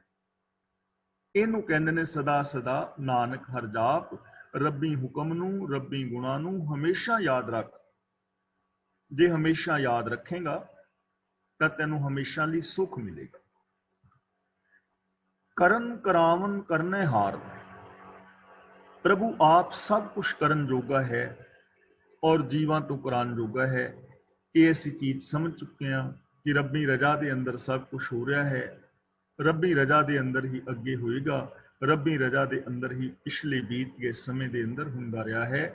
ਰੱਬ ਦਾ ਹੁਕਮ ਹੀ ਸਭ ਕੁਛ ਕਰਨ ਕਰਾਉਣ ਵਾਲਾ ਹੈ। ਰੱਬ ਆਪਣੇ ਹੁਕਮ ਵਿੱਚ ਹੀ ਸਾਰਾ ਕੁਛ ਕਰਾ ਰਿਹਾ। ਇਹ ਚੀਜ਼ ਸਮਝਣ ਵਾਲੀ ਹੈ, ਕਿਉਂਕਿ ਜੇ ਅਸੀਂ ਇਹਨਾਂ ਪੰਕਤੀਆਂ ਨੂੰ ਪੜ੍ਹ ਕੇ, ਵਿਚਾਰ ਕੇ, ਸਮਝ ਕੇ ਅਪਣਾ ਲਈਏ ਨਾ, ਤਾਂ ਸਾਡਾ ਜੀਵਨ, ਸਾਡਾ ਇਹ ਸੰਸਾਰ, ਸਮਾਜ ਬਦਲ ਸਕਦਾ ਹੈ। ਫਿਰ ਜੋ ਧਰਮ ਦੇ ਨਾਮ ਤੇ ਸਾਡੀ ਲੁੱਟ ਖਸੁੱਟ ਹੁੰਦੀ ਹੈ, ਧਰਮ ਦੇ ਨਾਮ ਤੇ ਅੰਧ ਵਿਸ਼ਵਾਸ ਫੈਲਾਏ ਜਾਂਦੇ ਨੇ, ਧਰਮ ਦੇ ਨਾਮ ਤੇ ਆਰਥਿਕ ਮਾਨਸਿਕ ਸ਼ੋਸ਼ਣ ਹੁੰਦਾ ਹੈ, ਉਹ ਨਹੀਂ ਹੋਏਗਾ। ਜਦੋਂ ਸਾਨੂੰ ਸਮਝ ਆ ਗਈ ਨਾ ਕਿ ਰੱਬ ਦੇ ਸਿਸਟਮ ਵਿੱਚ ਹੀ ਸਭ ਕੁਝ ਹੋਣਾ ਹੈ, ਤਾਂ ਫਿਰ ਅਸੀਂ ਸਿਸਟਮ ਨੂੰ ਫੋਲੋ ਕਰਾਂਗੇ। ਕੋਈ ਪ੍ਰੋਬਲਮ ਆਏਗੀ ਤਾਂ ਉਹਨੂੰ ਸਿਸਟਮ ਅਨੁਸਾਰ ਸੋਲਵ ਕਰਾਂਗੇ। ਅਸੀਂ ਕਿਸੇ ਬਾਬੇ ਕੋਲ ਨਹੀਂ ਭੱਜਾਂਗੇ ਕਿ 52 ਪਾਉਂਡ ਦੇ ਕੇ ਜਲ ਲੈ ਆਈਏ ਤੇ ਘਰ ਦੇ ਵਿੱਚ ਜਲ ਤਰੌਂਕੀਏ ਤੇ ਜਲ ਦੇ ਨਾਲ ਹੀ ਠੀਕ ਹੋ ਜਾਏ। ਇੱਥੇ ਵੀਰ ਜੀ ਆਪਣੇ ਗਗਨਦੀਪ ਜੀ ਰਾਗੀ ਸਹਿਬਾਨ ਹੈਗੇ ਨੇ ਵਿੱਚ ਕਲਾਸ ਤੇ, ਇੱਕ ਮੇਰੇ ਖਿਆਲ ਚ ਨਾ ਦੁੱਖ ਨਿਵਾਰਨ ਗੁਰਦੁਆਰਾ ਸਾਹਿਬ ਮੈਂ ਇੱਕ ਵਾਰੀ ਗਿਆ ਸੀ ਤੇ ਕਲਗੀਧਰ ਵੀ। ਉੱਥੇ ਗੁਰਦੁਆਰਾ ਸਾਹਿਬ ਦੇ ਵਿੱਚ ਨਾ ਉਸ ਵੇਲੇ, ਅੱਜ ਦਾ ਨਹੀਂ ਪਤਾ ਹੈ ਜਾਂ ਨਹੀਂ, ਉੱਥੇ ਚਰਨ ਧੂੜ ਰੱਖੀ ਸੀ ਕੁੜੀਆਂ ਬਣਾ ਕੇ। ਚਰਨ ਧੂੜ ਜੋ ਵੀਰ ਪੈਣਾ ਸੰਗਤਾਂ ਮੱਥਾ ਟੇਕਣ ਜਾਂਦੀਆਂ ਨੇ ਨਾ, ਤੇ ਉਹਨਾਂ ਦੇ ਜੋੜੇ ਉੱਥੇ ਜਮ੍ਹਾਂ ਕਰਾਉਂਦੇ ਨੇ, ਤੇ ਜਿਹੜੇ ਉੱਥੇ ਸੇਵਾਦਾਰ ਨੇ ਉਹ ਬਰਸ਼ ਦੇ ਨਾਲ ਜੋੜੇ ਸਾਫ਼ ਕਰਦੇ ਨੇ, ਤੇ ਜਿਹੜੀ ਮਿੱਟੀ ਘੱਟਾ ਉਹ ਕਿਰਦਾ ਨਾ ਜੋੜਿਆਂ ਤੋਂ, ਉਹਨਾਂ ਨੂੰ ਫਿਰ ਛਾਨਣੀ ਨਾਲ ਛਾਣ ਕੇ ਕੱਖ ਵਗੈਰਾ ਵੱਖਰੇ ਕਰ ਦਿੰਦੇ ਨੇ। ਤੇ ਉਹ ਜਿਹੜੀ ਧੂੜ ਇਕੱਠੀ ਹੁੰਦੀ ਨਾ, ਉਹ ਪੈਰਾਂ ਵਾਲੀ ਜੁੱਤੀ ਦੀ ਗੰਦੀ ਮਿੱਟੀ, ਉਹਦੀਆਂ ਪੁੜੀਆਂ ਬਣਾ ਕੇ ਰੱਖੀਆਂ ਨੇ ਤੇ ਉਹਦਾ ਨਾਂ ਰੱਖਿਆ ਚਰਨ ਧੂੜ। ਲੋਕ ਉੱਥੋਂ ਪੁੜੀਆਂ ਲਿਜਾਂਦੇ ਨੇ, ਪਾਣੀ ਵਿੱਚ ਪਾ ਕੇ। ਕਈ ਲੋਕ ਤੇ ਆਪਣੇ ਘਰਾਂ ਵਿੱਚ ਵੀ ਤਰੌਂਕਦੇ, ਔਰ ਕਈ ਪੀਂਦੇ ਵੀ ਵੇਖੇ ਜਾਂਦੇ। ਇਹਦੇ ਨਾਲ ਕੀ ਹੋਏਗਾ ਜੀ? ਸਾਡੇ ਦੁੱਖ ਦੂਰ ਹੋਣਗੇ। ਹੁਣ ਜੇ ਸਾਨੂੰ ਸਮਝ ਆ ਜਾਏ ਨਾ, ਕਰਨ ਕਰਾਵਨ ਕਰਨੇ ਹਾਰ, ਕਿ ਰੱਬ ਦੇ ਸਿਸਟਮ ਵਿੱਚ ਸਭ ਕੁਝ ਹੋਣਾ ਹੈ, ਤਾਂ ਫਿਰ ਐਸੇ ਮਨਮਤੀ ਕਰਮ ਬੰਦਾ ਨਹੀਂ ਕਰੇਗਾ। ਜਦੋਂ ਸਮਝ ਆ ਜਾਏਗੀ ਨਾ ਕਿ ਰੱਬ ਦੇ ਸਿਸਟਮ ਤੋਂ ਬਾਹਰ ਕੁਝ ਨਹੀਂ ਹੋ ਸਕਦਾ, ਤਾਂ ਫਿਰ ਅਸੀਂ ਬਾਬਿਆਂ ਦੇ ਕੋਲ ਨਹੀਂ ਜਾਵਾਂਗੇ ਕਿ ਫਲਾਂ ਬਾਬੇ ਨੇ 3 ਸੇਬ ਦਿੱਤੇ ਸਨ ਤੇ ਬੱਚੇ ਤਾਂ ਹੋਏ ਨੇ। ਫਿਰ ਸੇਬਾਂ ਨਾਲ ਬੱਚੇ ਨਹੀਂ ਹੋਣਗੇ। ਸਾਨੂੰ ਸਮਝ ਆ ਜਾਏਗੀ, ਫਿਰ ਸਮਝ ਆ ਜਾਏਗੀ ਕਿ ਇੱਥੋਂ ਦਾ ਖਵਾਇਆ ਹੋਇਆ ਭੋਜਨ ਪਿੱਤਰਾਂ ਨੂੰ ਅੱਗੇ ਨਹੀਂ ਮਿਲਦਾ। ਫਿਰ ਸਮਝ ਆ ਜਾਏਗੀ ਕਿ ਜਿੰਨੇ ਵੀ ਕਰਮ ਕਾਂਡ ਅਸੀਂ ਕਰ ਰਹੇ ਹਾਂ, ਇਹਨਾਂ ਦਾ ਕੋਈ ਲਾਭ ਨਹੀਂ ਹੈ। ਇਹ ਜਦੋਂ ਤੱਕ ਅਸੀਂ ਦੁਬਦਾ ਨੂੰ ਨਹੀਂ ਮਾਰਦੇ। ਗੁਰੂ ਜੀ ਦਾ ਪਾਵਨ ਬਚਨ ਹੈ ਕਿ ਜਦੋਂ ਲਾਗੇ ਜਦ ਤੱਕ ਇਹ ਦੁਬਦਾ ਨੂੰ ਨਹੀਂ ਮਾਰਦਾ, ਇਸ ਮਾਰੀ ਬਿਨ ਥਾਏ ਨਾ ਪਰੇ, ਕੋਟ ਕਰਮ ਜਾਪ ਤਪ ਕਰੇ। ਕਰੋੜਾਂ ਕਿਸਮ ਦਾ ਜਪ, ਕਰੋੜਾਂ ਕਿਸਮ ਦਾ ਤਪ ਵੀ ਬੰਦਾ ਕਰੇ, ਪਰ ਜੇ ਦੁਬਦਾ ਨੂੰ ਅੰਦਰੋਂ ਨਹੀਂ ਮਾਰਦਾ ਤੇ ਰੱਬ ਦੇ ਦਰ ਤੇ ਪ੍ਰਵਾਨ ਨਹੀਂ ਹੈ। ਦੁਬਦਾ ਦਾ ਮਤਲਬ ਮੇਰ ਤੇਰ ਦੇ ਵਿਕਰੇ। ਤਾਂ ਕਰਨ ਕਰਾਵਨ ਕਰਨੇ ਹਾਰ, ਇਸਕੇ ਹਾਥ ਕਹਾ ਵਿਚਾਰ। ਕਹਾ ਦਾ ਮਤਲਬ ਕੀ? ਵਿਚਾਰ ਦਾ ਮਤਲਬ ਵਿਚਾਰ, ਕਿ ਇਹ ਵਿਚਾਰ ਕੇ ਵੇਖੋ ਕਿ ਇਸ ਜੀਵ ਦੇ ਹੱਥ ਵਿੱਚ ਕੀ ਹੈ। ਇਸਕੇ ਹਾਥ ਕਹਾ ਵਿਚਾਰ। ਕਹਾ ਦਾ ਮਤਲਬ ਕੀ? ਇਸ ਜੀਵ ਦੇ ਹੱਥ ਵਿੱਚ, ਬੰਦੇ ਦੇ ਵਸ ਵਿੱਚ ਕੀ ਹੈ? ਵਿਚਾਰ ਕੇ ਦੇਖੋ। ਬੰਦੇ ਦੇ ਵਸ ਵਿੱਚ ਕੁਛ ਹੈ? ਕੁਛ ਵੀ ਨਹੀਂ ਹੈ। ਹੁਣ ਦੇਖੋ, ਇਹ ਗੱਲ ਸਮਝਣ ਵਾਲੀ ਹੈ, ਬੰਦੇ ਨੇ ਕਿੰਨਾ ਕੁਛ ਕੀਤਾ ਹੈ, ਕਿੰਨੀਆਂ ਪ੍ਰਾਪਤੀਆਂ ਕੀਤੀਆਂ, ਇਹਦੇ ਵਿੱਚ ਕੋਈ ਦੋ ਰਾਏ ਨਹੀਂ। ਇਹਨੇ ਸਮੁੰਦਰਾਂ ਦੀਆਂ ਛਾਤੀਆਂ ਦੇ ਉੱਤੇ ਨੇ ਆਪਣੇ ਜਹਾਜ਼ ਚਲਾਏ ਨੇ, ਆਕਾਸ਼ ਦੀਆਂ ਉਚਾਈਆਂ ਨੂੰ ਇਹਨੇ ਨਾਪਿਆ ਹੈ, ਆਕਾਸ਼ ਦੇ ਵਿੱਚ ਪੰਛੀਆਂ ਤਰ੍ਹਾਂ ਜਹਾਜ਼ਾਂ ਦੇ ਵਿੱਚ ਉੱਡ ਰਿਹਾ ਹੈ, ਧਰਤੀ ਦੀਆਂ ਗਹਿਰਾਈਆਂ ਤੱਕ ਗਿਆ ਹੈ, ਇਲੈਕਟ੍ਰੋਨਿਕ ਯੁੱਗ ਦੇ ਅੰਦਰ ਬੰਦਾ ਵਿਚਰ ਰਿਹਾ ਹੈ, ਸਰੀਰ ਦੇ ਪਾਰਟ ਬਦਲ ਰਿਹਾ ਹੈ। ਇੰਨਾ ਕੁਛ ਬੰਦੇ ਨੇ ਕੀਤਾ ਤੇ ਹੈ, ਪਰ ਕੀ ਇਹ ਸਿਸਟਮ ਤੋਂ ਬਾਹਰ ਕੀਤਾ ਹੈ? कि बंदे दे अंदर कोई ताकत है कि रब्बी सिस्टम तो बाहर कुछ कर सके? सिस्टम तो बाहर तो नहीं है ना। तो इसके हाथ कहा विचार का मतलब ये विचार के वेखो कि रब्बी रजा, रब्बी पाना या law of nature, law of physics, इन्हां नेमां तो बाहर ये बंदा कुछ कर सकता है? ये वस विच कुछ है? नहीं है। सिस्टम तो बाहर कुछ नहीं कर सकता। ये विचार के वेख लो। जैसी दृष्टि करे तैसा होए, जैसी दृष्टि वाहिगुरु किसी ते करदा है वैसा बंदा बन जाता है।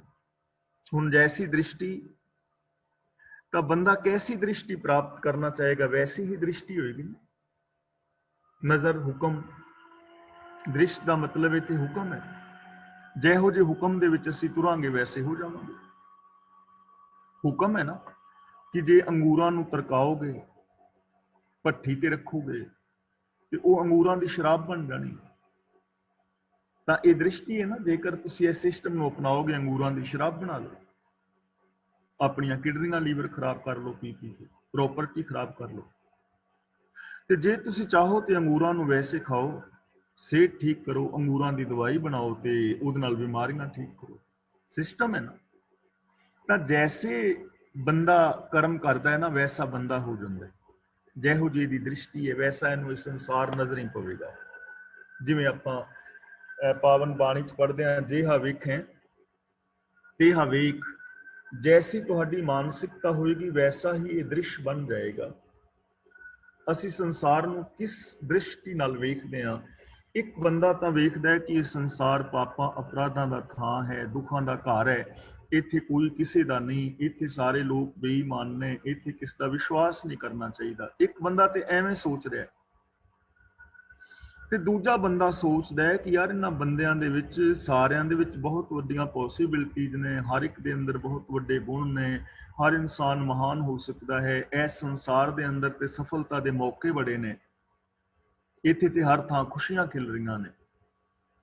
ਕੋਈ ਇੱਕ ਫੈਕਟਰੀ ਦਾ ਮਾਲਕ ਸੀ, ਉਸਨੇ ਦੋ ਬੰਦਿਆਂ ਨੂੰ ਭੇਜਿਆ ਕਿ ਇਸ ਇਲਾਕੇ ਦੇ ਵਿੱਚ ਦੇਖ ਕੇ ਆਓ ਕਿ ਇੱਥੇ ਜੁੱਤੀਆਂ ਬਣਾਉਣ ਦੀ ਫੈਕਟਰੀ ਲਗਾਣੀ ਹੈ, ਚੱਲੇਗੀ ਜਾਂ ਨਹੀਂ ਚੱਲੇਗੀ।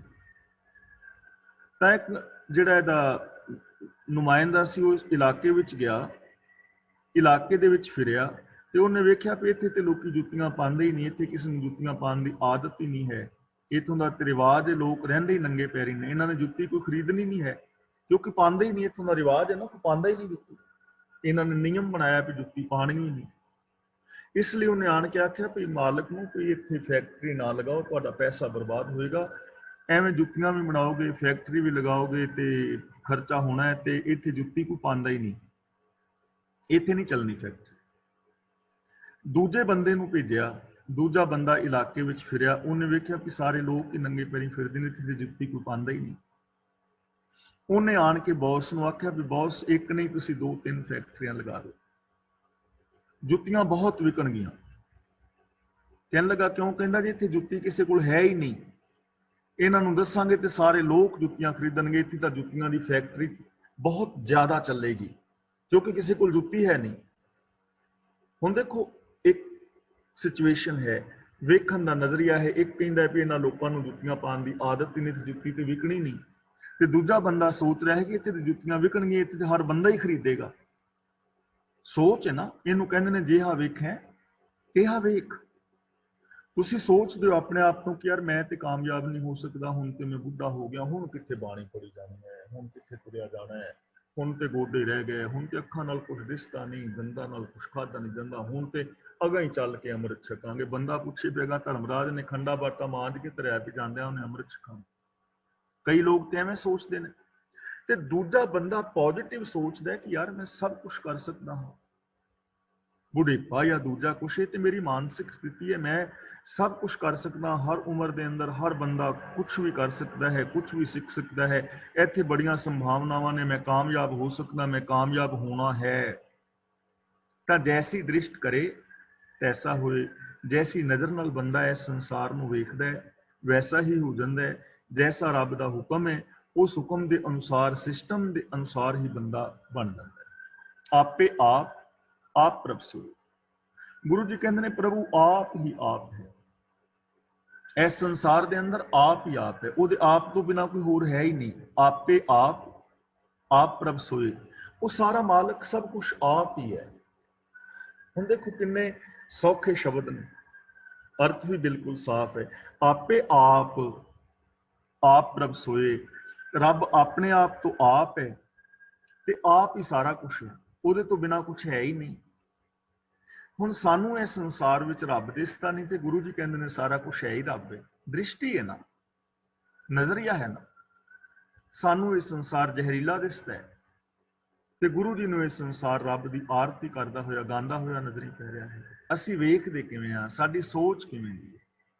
ਜੇ ਸਾਡੀ ਹੁਣ ਇਹ ਸੋਚ ਇਹ ਬਣ ਜਾਏ ਗੁਰੂ ਦੀ ਪਾਵਨ ਬਾਣੀ ਤੇ ਅਸੀਂ ਵਿਸ਼ਵਾਸ ਕਰ ਲਈਏ ਕਿ ਰੱਬ ਆਪ ਹੀ ਪਸਰਿਆ ਹੋਇਆ ਹੈ, ਤਾਂ ਫਿਰ ਸਾਨੂੰ ਵਿਹਾਰ ਬਦਲਣਾ ਪੈਣਾ ਹੈ ਆਪਣਾ। ਮੈਨੂੰ ਤੁਹਾਡੇ ਨਾਲ, ਤੁਹਾਨੂੰ ਮੇਰੇ ਨਾਲ ਰੱਬ ਵਰਗਾ ਪਿਆਰ ਸਤਿਕਾਰ ਕਰਨਾ ਪੈਣਾ ਹੈ। ਈਗੋ ਛੱਡਣੀ ਪੈਣੀ ਹੈ, ਤੇ ਉਹ ਅਸੀਂ ਛੱਡਣ ਲਈ ਤਿਆਰ ਨਹੀਂ।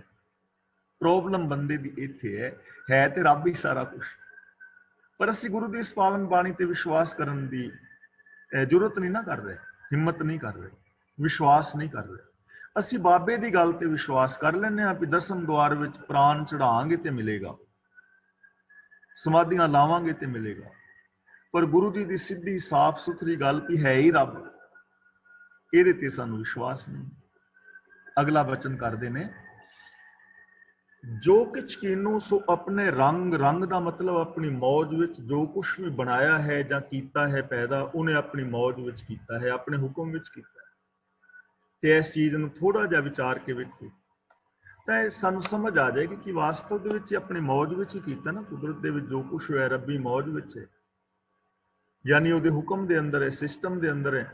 ਜਦੋਂ ਮੌਜ ਨੂੰ, ਰਜਾ ਨੂੰ, ਭਾਣੇ ਨੂੰ ਸਿਸਟਮ ਦੇ ਰੂਪ ਵਿੱਚ, ਇਹ ਸਿਸਟਮ ਸ਼ਬਦ ਵਰਤ ਕੇ ਵੇਖੋਗੇ ਤੇ ਨਾਲ ਦੇ ਨਾਲ ਸਾਡੇ ਸਾਰੇ ਸਵਾਲ ਹੱਲ ਹੋ ਜਾਣਗੇ। ਕਿਉਂਕਿ ਗੁਰੂ ਸਾਹਿਬ ਦੇ ਸਮੇਂ ਹੁਕਮ, ਰਜ਼ਾ, ਭਾਣਾ, ਇਹਨਾਂ ਸ਼ਬਦਾਂ ਨੂੰ ਸਮਝਣ ਵਾਲੇ ਲੋਕ ਮੌਜੂਦ ਸਨ। ਜਿਵੇਂ ਜਿਵੇਂ ਭਾਸ਼ਾ ਪੁਰਾਣੀ ਹੁੰਦੀ ਹੈ, ਉਸ ਭਾਸ਼ਾ ਨੂੰ ਸਮਝਣ ਵਾਲੇ ਜਾਂ ਉਸ ਭਾਸ਼ਾ ਤੋਂ ਲੋਕ ਦੂਰ ਹੋਈ ਜਾਂਦੇ ਨੇ, ਨਵੇਂ ਨਵੇਂ ਵਰਡ ਆਈ ਜਾਂਦੇ ਨੇ, ਤੇ ਫਿਰ ਉਹਨਾਂ ਚੀਜ਼ਾਂ ਨੂੰ ਕਈ ਵਾਰ ਸਮਝਣਾ ਮੁਸ਼ਕਲ ਹੋ ਜਾਂਦਾ ਹੈ, ਕਿਉਂਕਿ ਲੈਂਗੁਏਜ ਬਦਲ ਜਾਂਦੀ ਹੈ। ਜਿਵੇਂ ਮੈਂ ਪਹਿਲਾਂ ਵੀ ਇੱਕ ਦਿਨ ਬੇਨਤੀ ਕੀਤੀ ਸੀ ਕਿ ਜੇ ਅਸੀਂ ਰੋਜ਼ਮर्रा ਦੀ ਜ਼ਿੰਦਗੀ ਦੇ ਅੰਦਰ ਪੰਜਾਬੀ ਭਾਸ਼ਾ ਨੂੰ ਵਰਤੀਏ ਸਹੀ ਰੂਪ ਵਿੱਚ, ਤਾਂ ਗੁਰਬਾਣੀ ਦੇ ਅਰਥ ਸਮਝਣ ਲੱਗਿਆਂ ਸਾਨੂੰ ਬਹੁਤੀ ਪ੍ਰੋਬਲਮ ਨਹੀਂ ਆਏਗੀ। ਪ੍ਰੋਬਲਮ ਤਾਂ ਆਉਂਦੀ ਹੈ ਕਿ ਅਸੀਂ ਆਪਣੀ ਬੋਲੀ ਗਵਾ ਚੁੱਕੇ ਹਾਂ, ਅਸੀਂ ਆਪਣੀ ਮਦਰ ਲੈਂਗੁਏਜ ਨਾਲ ਟੁੱਟ ਗਏ ਹਾਂ। ਜਿਵੇਂ ਹੁਣ ਮੈਂ ਵੀ ਮਦਰ ਲੈਂਗੁਏਜ ਬੋਲਿਆ, ਮਾਤਰ ਭਾਸ਼ਾ ਨਹੀਂ ਬੋਲਦਾ ਜਾਂ ਮਾਂ ਬੋਲੀ ਨਹੀਂ ਬੋਲਿਆ, ਪ੍ਰੋਬਲਮ ਹੈ ਨਾ। ਹੁਣ ਮੈਂ ਫਿਰ ਪ੍ਰੋਬਲਮ ਬੋਲਿਆ ਤਾਂ ਸਮੱਸਿਆ ਬੋਲਣਾ ਚਾਹੀਦਾ ਨਾ। ਯਾਨੀ ਐਵੇਂ ਸ਼ਬਦ ਵਿੱਚ ਮਿਕਸ ਅਪ ਹੋ ਜਾਂਦੇ ਨੇ। ਜਿਵੇਂ ਤਾਣ ਸ਼ਬਦ ਹੈ, ਗਾਵੇ ਕੋ ਤਾਣ। ਹੁਣ ਸਾਨੂੰ ਇਹਦੇ ਅਰਥ ਪੜ੍ਹਨੇ ਪੈਂਦੇ ਨੇ। ਅਰਥ ਕਿਉਂ ਪੜ੍ਹਨੇ ਪੈਂਦੇ ਨੇ? ਕਿਉਂਕਿ ਅਸੀਂ ਤਾਣ ਦੀ ਜਗ੍ਹਾ ਤੇ ਸ਼ਬਦ ਹੋਰ ਵਰਤਣਾ ਸ਼ੁਰੂ ਕਰ ਦਿੱਤਾ ਹੈ ਕਿ ਤਾਕਤ ਲਾਓ ਜਾਂ ਜ਼ੋਰ ਲਗਾਓ। ਜੇ ਅਸੀਂ ਤਾਣ ਸ਼ਬਦ ਵਰਤਣਾ ਕਿ ਥੋੜਾ ਜਿਹਾ ਤਾਣ ਲਾ, ਤੇ ਫਿਰ ਇਹ ਭਾਰ ਚੁੱਕਿਆ ਜਾਏਗਾ, ਤੈਨੂੰ ਥੋੜਾ ਤਾਣ ਲਾਣਾ ਪੈਣਾ, ਤਾਂ ਸਾਨੂੰ ਗਾਵੇ ਕੋ ਤਾਣ ਦੀ ਸਮਝ ਆ ਜਾਣੀ ਸੀ। ਅਸੀਂ ਇਹਨਾਂ ਸ਼ਬਦਾਂ ਨੂੰ, ਜਿਵੇਂ ਹੁਣ ਅਸੀਂ ਬੋਲੀਏ ਵੀ ਫਲਾਂ ਬੰਦਾ ਅੰਬੜ ਗਿਆ ਹੋਵੇਗਾ, ਤਾਂ ਅੰਬੜ ਨੂੰ ਤੁਹਾਡੇ ਵਿੱਚ ਬਹੁਤ ਘੱਟ ਸਮਝਣਗੇ। ਅੱਪੜ ਸ਼ਬਦ ਨੂੰ ਹੋ ਸਕਦਾ ਹੈ ਤੁਹਾਡੇ ਤੋਂ ਜ਼ਿਆਦਾ ਸਮਝ ਲੈਣ ਵੀ ਅੱਪੜ ਗਿਆ ਹੋਵੇਗਾ, ਪਰ ਸਾਡੇ ਬੱਚੇ ਅੱਪੜ ਨੂੰ ਨਹੀਂ ਸਮਝਦੇ। ਕਿਉਂ ਨਹੀਂ ਸਮਝਦੇ? ਕਿਉਂਕਿ ਅਸੀਂ ਅੱਪੜ ਦੀ ਜਗ੍ਹਾ ਤੇ ਪਹੁੰਚ ਸ਼ਬਦ ਵਰਤਣਾ ਸ਼ੁਰੂ ਕਰਤਾ। ਵੀ ਪਹੁੰਚ ਗਏ ਹੋ, ਪਹੁੰਚ ਜਾਓ ਤੇ ਫਿਰ ਫੋਨ ਕਰ ਦਿਓ। ਪਹੁੰਚ ਹਿੰਦੀ ਦਾ ਸ਼ਬਦ ਸੀ, ਪੰਜਾਬੀ ਦਾ ਸ਼ਬਦ ਸੀ ਅੱਪੜ ਜਾਂ ਅੰਬੜ। ਹੁਣ ਜਦੋਂ ਅਸੀਂ ਇਹ ਪੰਜਾਬੀ ਦੇ ਸ਼ਬਦ ਛੱਡ ਦਿੱਤੇ, ਤਾਂ ਫਿਰ ਇਹਨਾਂ ਦੇ ਮੀਨਿੰਗ ਸਾਨੂੰ ਡਿਕਸ਼ਨਰੀ ਚੋਂ ਲੱਭਣੇ ਪੈਣਗੇ। ਸਮਝ ਆ ਗਈ ਨਾ ਗੱਲ ਹੈ? ਇਸੇ ਤਰ੍ਹਾਂ ਹੁਣ ਹੁਕਮ, ਰਜ਼ਾ, ਭਾਣਾ, ਇਹਨਾਂ ਨੂੰ ਅਸੀਂ ਸਮਝ ਨਹੀਂ ਪਾ ਰਹੇ। ਜੇ ਇਹਨਾਂ ਨੂੰ ਸਮਝਣਾ ਹੋਵੇ ਤਾਂ ਉਹਦੇ ਵਾਸਤੇ ਸ਼ਬਦ ਤੁਸੀਂ ਅੱਜ ਦੀ ਜੋ ਵਰਡਿੰਗ ਹੈ ਉਹਦੇ ਵਿੱਚ ਸਿਸਟਮ ਸ਼ਬਦ ਵਰਤ ਲਓ, ਸਾਡੀਆਂ ਸਾਰੀਆਂ ਫਿਰ ਸਮੱਸਿਆਵਾਂ ਹੱਲ ਹੋ ਜਾਣਗੀਆਂ, ਸਾਨੂੰ ਇਹ ਚੀਜ਼ ਸਮਝ ਆ ਜਾਏਗੀ। ਜੋ ਕਿਛ ਕੀਨੋ ਸੋ ਆਪਣੇ ਰੰਗ, ਜੋ ਕੁਛ ਪ੍ਰਭੂ ਨੇ ਕੀਤਾ ਹੈ ਆਪਣੀ ਮੌਜ ਵਿੱਚ ਕੀਤਾ ਹੈ। ਮੌਜ ਦਾ ਮਤਲਬ ਰਜ਼ਾ ਪਾਣਾ, ਯਾਨੀ ਆਪਣੇ ਸਿਸਟਮ ਦੇ ਅੰਦਰ, ਲਾ ਆਫ ਨੇਚਰ ਦੇ ਵਿੱਚ। ਸਭ ਤੇ ਦੂਰ ਸਭੂ ਕੇ ਸੰਗ, ਸਾਰਿਆਂ ਜੀਵਾਂ ਦੇ ਅੰਗ ਸੰਗ ਵੀ ਹੈ ਤੇ ਸਾਰਿਆਂ ਤੋਂ ਦੂਰ ਵੀ ਹੈ, ਵੱਖਰਾ ਵੀ ਹੈ। ਹੁਣ ਹੈ ਤੇ ਰੱਬ ਆਪ ਫੈਲਿਆ ਹੋਇਆ, ਤੇ ਸਾਡੇ ਤੋਂ ਦੂਰ ਵੀ ਔਰ ਸਾਡੇ ਨੇੜੇ ਵੀ ਹੈ। ਨੇੜੇ ਤਾਂ ਹੈ ਕਿਉਂਕਿ ਉਹ ਹੈ ਹੀ, ਉਹ ਦੂਰ ਹੈ ਨਹੀਂ, ਤੇ ਦੂਰ ਤਾਂ ਹੈ ਕਿਉਂਕਿ ਅਸੀਂ ਉਹਦੇ ਗੁਣਾਂ ਨੂੰ ਯੂਜ਼ ਨਹੀਂ ਕਰ ਰਹੇ। ਸੱਚ ਸਾਡੇ ਬਿਲਕੁਲ ਨੇੜੇ ਹੈ, ਸਾਡੇ ਅੰਦਰ ਸੱਚ ਵਸਤ ਹੈ, ਤੇ ਅਸੀਂ ਸੱਚ ਤੋਂ ਦੂਰ ਹਾਂ ਜਾਂ ਸੱਚ ਸਾਡੇ ਤੋਂ ਦੂਰ ਤਾਂ ਹੈ ਕਿਉਂਕਿ ਅਸੀਂ ਸੱਚ ਬੋਲਦੇ ਨਹੀਂ। ਦਇਆ ਸਾਡੇ ਬਿਲਕੁਲ ਨੇੜੇ ਹੈ, ਅੰਦਰ ਵਸਤੀ ਹੈ ਸਾਡੇ ਦਇਆ, ਪਰ ਦਇਆ ਦੂਰ ਤਾਂ ਹੈ ਕਿਉਂਕਿ ਅਸੀਂ ਦਇਆ ਕਰਦੇ ਨਹੀਂ। ਅਸੀਂ ਤੇ ਘਸੁੰਨ ਕੱਸ ਕੇ ਖਲੋਤੇ ਹਾਂ ਹਰ ਟਾਈਮ। ਸੰਤੋਖ ਸਾਡੇ ਬਿਲਕੁਲ ਨੇੜੇ ਹੈ, ਸਾਡੇ ਅੰਦਰ ਹੈ ਸੰਤੋਖ ਦਾ ਗੁਣ, ਪਰ ਦੂਰ ਤਾਂ ਹੈ ਕਿਉਂਕਿ ਸੰਤੋਖ ਨੂੰ ਅਸੀਂ ਯੂਜ਼ ਨਹੀਂ ਕਰਦੇ, ਯੂਜ਼ ਅਸੀਂ ਲੋਭ ਨੂੰ ਕਰ ਰਹੇ ਹਾਂ। ਪ੍ਰੇਮ ਸਾਡੇ ਬਿਲਕੁਲ ਨਜ਼ਦੀਕ ਹੈ, ਬਿਲਕੁਲ ਨੇੜੇ ਅਸੀਂ ਪ੍ਰੇਮ ਦੇ ਭਰੇ ਪਏ ਹਾਂ, ਅੰਦਰ ਪ੍ਰੇਮ ਭਰਿਆ ਪਿਆ ਹੈ, ਪਰ ਦੂਰ ਤਾਂ ਹੈ ਕਿਉਂਕਿ ਅਸੀਂ ਪ੍ਰੇਮ ਨੂੰ ਯੂਜ਼ ਨਹੀਂ ਕਰ ਰਹੇ, ਯੂਜ਼ ਅਸੀਂ ਕ੍ਰੋਧ ਨੂੰ ਕਰ ਰਹੇ ਹਾਂ, ਈਰਖਾ ਨੂੰ ਕਰ ਰਹੇ ਹਾਂ। ਰੱਬ ਸਾਰਿਆਂ ਦੇ ਨੇੜੇ ਹੈ ਜੇ ਉਹਨੂੰ ਸਮਝਿਆ ਜਾਏ। ਜੇ ਘਰ ਦੇ ਵਿੱਚ ਅਸੀਂ ਇੱਕ ਦੂਜੇ ਜੀਆਂ ਦੇ ਵਿੱਚ ਰੱਬ ਨੂੰ ਵੇਖੀਏ ਤਾਂ ਰੱਬ ਤਾਂ ਨੇੜੇ ਹੈ, ਦੂਰ ਤਾਂ ਹੈ ਕਿਉਂਕਿ ਅਸੀਂ ਨੇੜੇ ਸਮਝ ਹੀ ਨਹੀਂ ਰਹੇ, ਅਸੀਂ ਵਿਹਾਰ ਹੀ ਨਹੀਂ ਕਰਦੇ। ਸਾਰਿਆਂ ਦੇ ਨੇੜੇ ਹੈ, ਸਾਰਿਆਂ ਤੋਂ ਦੂਰ ਨਿਰਲੇਪ ਹੈ। ਬੂਝੈ ਦੇਖੈ ਕਰੈ ਵਿਵੇਕ, ਵਿਵੇਕ ਦਾ ਮਤਲਬ ਪਛਾਣ, ਪਰਖ, ਵਿਚਾਰ, ਨਿਰਣਾ। ਪ੍ਰਭੂ ਸਭ ਕੁਝ ਸਮਝਦਾ ਹੈ, ਬੂਝੇ ਦਾ ਮਤਲਬ ਸਮਝਦਾ ਹੈ, ਦੇਖੈ ਵੇਖਦਾ ਹੈ, ਵਿਵੇਕ ਦਾ ਮਤਲਬ ਪਛਾਣਦਾ ਹੈ, ਯਾਨੀ ਨਿਰਣਾ ਕਰਦਾ ਹੈ, ਫੈਸਲਾ ਕਰਦਾ ਹੈ, ਨਿਆਂ ਕਰਦਾ ਹੈ। ਵਿਵੇਕ ਦਾ ਮਤਲਬ ਨਿਰਣਾ ਕਰਦਾ ਹੈ, ਪਛਾਣਦਾ ਹੈ। ਹੁਣ ਵੇਖ ਰਿਹਾ ਹੈ, ਉਹ ਕਰ ਰਿਹਾ ਹੈ, ਵੇਖਦਾ ਹੈ, ਸਮਝਦਾ ਹੈ ਔਰ ਪਛਾਣਦਾ ਹੈ। ਇਹ ਚੀਜ਼ ਸਮਝਣ ਵਾਲੀ ਹੈ। ਹੁਣ ਸਾਡੀ ਜਿਹੜੀ ਇੰਟਰਪ੍ਰੀਟੇਸ਼ਨ ਸੀ ਉਹ ਗਲਤ ਸੀ, ਇਸ ਕਰਕੇ ਸਾਨੂੰ ਇਹ ਚੀਜ਼ਾਂ ਸਮਝ ਨਹੀਂ ਆਈਆਂ। ਅਸੀਂ ਸਮਝਦੇ ਹਾਂ ਵੀ ਉੱਤੇ ਬੈਠਾ ਵੇਖ ਰਿਹਾ ਕਿਤੇ ਵੱਖਰਾ, ਸਾਨੂੰ ਉੱਤੋਂ ਸੱਚਖੰਡ ਵਿੱਚੋਂ ਵੇਖਦਾ ਹੈ, ਜਾਂ ਸਵਰਗ ਚੋਂ ਵੇਖਦਾ ਹੈ, ਜਾਂ ਜੰਨਤ ਵਿੱਚ ਬੈਠਾ ਵੇਖਦਾ ਹੈ। ਅਸੀਂ ਰੱਬ ਨੂੰ ਇੱਕ ਬੰਦੇ ਵਰਗਾ ਬਣਾ ਕੇ ਪੇਸ਼ ਕੀਤਾ ਹੈ ਕਿ ਉੱਤੇ ਬੈਠਾ ਹੋਇਆ ਹੈ। ਹੁਣ ਉੱਤੇ ਵੱਖਰਾ ਤੇ ਉਹ ਕਿਤੇ ਬੈਠਾ ਨਹੀਂ। ਜੇ ਅਸੀਂ ਵੱਖਰਾ ਬੈਠਾ ਮੰਨੀਏ ਤਾਂ ਫਿਰ ਉਹ ਗੁਰੂ ਨਾਨਕ ਦੇਵ ਵਾਲਾ ਰੱਬ ਨਹੀਂ ਹੋਣਾ। ਗੁਰੂ ਨਾਨਕ ਦੇਵ ਜੀ ਤਾਂ ਕਹਿੰਦੇ ਨੇ ਇੱਕ ਓੰਕਾਰ ਕਿ ਉਹ ਹੈ ਹੀ ਇੱਕ, ਅਨੇਕ ਭਾਂਤ ਹੋਏ ਪਸਰਿਆ ਨਾਨਕ, ਏਕ ਓੰਕਾਰ ਉਤੇ ਫੈਲਿਆ ਹੀ ਆਪ ਹੋਇਆ, ਘਟ ਘਟ ਮੈਂ ਹਰ ਜੂ ਬਸੇ। ਤਾਂ ਉਹ ਕਿਵੇਂ ਵੇਖਦਾ ਹੈ? ਸਿਸਟਮ ਰੂਪ ਦੇ ਅੰਦਰ ਉਹ ਵੇਖ ਰਿਹਾ ਹੈ, ਸਿਸਟਮ ਰੂਪ ਦੇ ਅੰਦਰ ਉਹ ਸਮਝ ਰਿਹਾ ਹੈ, ਤੇ ਸਿਸਟਮ ਦੇ ਅੰਦਰ ਹੀ ਨਿਆਂ ਹੀ ਕਰੀ ਜਾਂਦਾ। ਹੁਣ ਦੇਖੋ, ਮੈਂ ਚੋਰੀ ਕਰ ਰਿਹਾ, ਮੈਂ ਰੋਜ਼ ਇਹ ਬੇਨਤੀ ਕਰ ਰਿਹਾ, ਤੇ ਤੁਸੀਂ ਤਾਂ ਮੈਨੂੰ ਨਹੀਂ ਵੇਖਦੇ, ਪਰ ਮੈਂ ਤੇ ਵੇਖ ਰਿਹਾ ਨਾ ਆਪਣੇ ਆਪ ਨੂੰ। ਮੈਨੂੰ ਤੇ ਪਤਾ ਨਾ ਮੈਂ ਚੋਰੀ ਕਰ ਰਿਹਾ, ਮੈਂ ਜਾਣਦਾ ਵੀ ਹਾਂ, ਬੁੱਝਦਾ ਵੀ ਹਾਂ। ਤਾਂ ਇਹ ਜਿਹੜਾ ਸਿਸਟਮ ਹੈ, ਜੋ ਰੱਬੀ ਕੁਦਰਤ ਹੈ, ਨਿਯਮ ਨੇ ਜੋ, ਉਹ ਸਾਨੂੰ ਵੇਖ ਰਹੇ ਨੇ। ਕੋਈ ਇਹਨਾਂ ਤੋਂ ਵਾਂਝਾ ਨਹੀਂ ਹੈ। ਨਿਯਮਾਂ ਤੋਂ ਬਾਹਰ ਕੋਈ ਵੀ ਨਹੀਂ, ਸਿਸਟਮ ਤੋਂ ਬਾਹਰ ਕੋਈ ਨਹੀਂ। ਸਿਸਟਮ ਤੋਂ ਬਾਹਰ ਤੁਸੀਂ ਕੁਝ ਕਰ ਨਹੀਂ ਸਕਦੇ, ਤੇ ਸਿਸਟਮ ਨੇ ਨਾਲ ਦੇ ਨਾਲ ਨਿਬੇੜਾ ਵੀ ਕਰ ਦੇਣਾ। ਜੇ ਅੰਦਰ ਈਰਖਾ ਪੈਦਾ ਕਰੋਗੇ, ਅੰਦਰੇ ਅੰਦਰ ਸੜੋਗੇ। ਸਿਸਟਮ ਨੇ ਸੜਨ ਪੈਦਾ ਕਰ ਦਿੱਤੀ। ਜੇ ਪ੍ਰੇਮ ਦੇ ਨਾਲ ਰਹੋਗੇ ਤਾਂ ਸਿਸਟਮ ਤੁਹਾਡੇ ਅੰਦਰ ਖੁਸ਼ੀ ਪੈਦਾ ਕਰ ਦੇਵੇਗਾ। ਉਹ ਪ੍ਰਭੂ ਹਰ ਥਾਂ ਤੇ ਵੇਖ ਰਿਹਾ ਹੈ, ਬੁੱਝ ਰਿਹਾ ਹੈ, ਉਹਦੇ ਤੋਂ ਲੁਕ ਕੇ ਕੁਝ ਕੀਤਾ ਨਹੀਂ ਜਾ ਸਕਦਾ। ਆਪਹਿ ਏਕ ਆਪਹਿ ਅਨੇਕ, ਉਹ ਆਪ ਹੀ ਇੱਕ ਹੈ ਤੇ ਆਪ ਹੀ ਅਨੇਕ ਹੈ। ਹੁਣ ਦੇਖੋ ਕਿੰਨਾ ਸੋਹਣਾ ਢੰਗ ਦੇ ਨਾਲ ਗੁਰੂ ਜੀ ਸਮਝਾ ਰਹੇ ਨੇ, ਬੜੀ ਸੌਖੀ ਭਾਸ਼ਾ ਵਿੱਚ, ਬੜੀ ਸੌਖੀ ਬੋਲੀ ਵਿੱਚ। ਆਪਹਿ ਏਕ, ਵੀ ਉਹ ਇਕੱਲਾ ਵੀ ਆਪ ਹੀ ਹੈ, ਆਪਹਿ ਅਨੇਕ, ਤੇ ਉਹ ਅਨੇਕ ਵੀ ਆਪ ਹੀ ਹੈ। ਇਹਨੂੰ ਸਮਝਣ ਵਾਸਤੇ ਗੁਰੂ ਜੀ ਨੇ ਬੜੇ ਸ਼ਬਦ ਉਚਾਰਨ ਕੀਤੇ ਨੇ। ਔਰ ਜਿਵੇਂ ਜਲ ਤੇ ਉੱਠੇ ਅਨੇਕ ਤਰੰਗਾਂ, ਜਿਵੇਂ ਪਾਣੀ ਦੇ ਵਿੱਚ ਲਹਿਰਾਂ ਉੱਠਦੀਆਂ ਨੇ, ਤਾਂ ਉਹ ਅਨੇਕਾਂ ਜਿਹੜੀਆਂ ਲਹਿਰਾਂ ਨੇ ਉਹ ਪਾਣੀ ਹੋਈ ਹੈ, ਪਾਣੀ ਤੋਂ ਵੱਖਰਾ ਤੇ ਕੁਛ ਨਹੀਂ। ਕਿੰਨੇ ਬੁਲਬੁਲੇ ਨੇ, ਉਹ ਬੁਲਬੁਲੇ ਕੀ ਹੈ? ਪਾਣੀ ਤੇ ਹੈ। ਇਸੇ ਤਰ੍ਹਾਂ ਰੱਬ ਹੀ ਪਸਰਿਆ ਹੋਇਆ ਹੈ, ਆ ਸਾਰਾ ਜਗਤ ਰੱਬ ਦਾ ਹੀ ਰੂਪ ਹੈ, ਅਸੀਂ ਰੱਬ ਦੇ ਹੀ ਅੰਗ ਹਾਂ। ਜਦੋਂ ਪੂਰੇ ਸਮਗਰ ਇਸ ਸੰਸਾਰ ਨੂੰ, ਯੂਨੀਵਰਸ ਨੂੰ ਵੇਖੋਗੇ ਤਾਂ ਰੱਬ ਦਿਸੇਗਾ, ਤੇ ਜੇ ਕੱਲੇ ਕੱਲੇ ਨੂੰ ਵੇਖੋਗੇ ਧਰਤੀ ਦਿਸੇਗੀ, ਚੰਦਰਮਾ ਦਿਸੇਗਾ, ਕੋਈ ਬੰਦਾ, ਕੋਈ ਔਰਤ, ਕੋਈ ਵਨਸਪਤੀ ਅਲੱਗ-ਅਲੱਗ ਨਜ਼ਰੀ ਪਵੇਗੀ। ਇਹ ਆਪਾਂ ਚੀਜ਼ਾਂ ਪਹਿਲਾਂ ਵੀ ਵਿਚਾਰ ਚੁੱਕੇ ਹਾਂ। ਜੇ ਸੁਨਿਆਰ ਦੀ ਦੁਕਾਨ ਵਿੱਚ ਜਾ ਕੇ ਦੇਖੋਗੇ ਤੁਹਾਨੂੰ ਛਾਪਾਂ ਛੱਲੇ ਦਿਸਣਗੇ ਵੱਖਰੇ ਵੱਖਰੇ, ਪਰ ਜੇ ਗਹਿਰਾਈ ਨਾਲ ਵੇਖੋਗੇ ਤੇ ਸਾਰਾ ਸੋਨਾ ਹੀ ਹੈ। ਸੋਨਾ ਹੀ ਹੈ ਨਾ, ਛਾਪ ਛੱਲੇ ਬਣ ਗਿਆ। ਇਸੇ ਤਰ੍ਹਾਂ ਰੱਬ ਆਪ ਹੀ ਹੈ, ਇੱਕ ਵੀ ਆਪ ਹੈ ਤੇ ਅਨੇਕ ਵੀ ਆਪ ਹੈ, ਆਪ ਹੀ ਪਸਰਿਆ ਹੋਇਆ ਹੈ। ਮਰੈ ਨਾ ਬਿਨਸੈ, ਆਵੇ ਨਾ ਜਾਏ। ਉਹ ਨਾ ਕਦੇ ਮਰਦਾ, ਨਾ ਬਿਨਸਦਾ, ਨਾ ਜੰਮਦਾ, ਨਾ ਮਰਦਾ ਹੈ। ਹੁਣ ਜੇ ਇਹ ਚੀਜ਼ ਅਸੀਂ ਸਮਝ ਲਈਏ ਤਾਂ ਸਾਡਾ ਜਨਮ ਮਰਨ ਵਾਲਾ ਕਨਸੈਪਟ ਹੱਲ ਹੋ ਜਾਏਗਾ ਕਿ ਅਸੀਂ ਹੈ ਕੌਣ ਆ। ਰੱਬ ਦਾ ਰੂਪ ਹੈ ਨਾ, ਮਨ ਤੋਂ ਜੋਤ ਸਰੂਪ ਹੈ। ਜੋ ਕੁਛ ਦਿਸ ਰਿਹਾ ਹੈ ਰੱਬ ਦੀਆਂ ਹੀ ਲਹਿਰਾਂ ਨੇ, ਤੇ ਰੱਬ ਨਾ ਕਦੇ ਮਰਦਾ ਹੈ, ਨਾ ਬਿਨਸਦਾ ਹੈ, ਨਾ ਆਉਂਦਾ ਹੈ, ਨਾ ਜਾਂਦਾ। ਇਹ ਚੀਜ਼ ਨੂੰ ਜੇ ਅਸੀਂ ਥੋੜਾ ਜਿਹਾ ਗੌਰ ਨਾਲ ਸਮਝੀਏ ਤਾਂ ਇਸ ਦੁਨੀਆ ਦੇ ਅੰਦਰ ਰੀਸਾਈਕਲਿੰਗ ਹੁੰਦੀ ਹੈ, ਕੁਛ ਵੀ ਖਤਮ ਨਹੀਂ ਹੁੰਦਾ। ਇਹ ਦੁਨੀਆ ਵਿੱਚ ਮੌਤ ਨਾਮ ਦੀ ਚੀਜ਼ ਨਹੀਂ।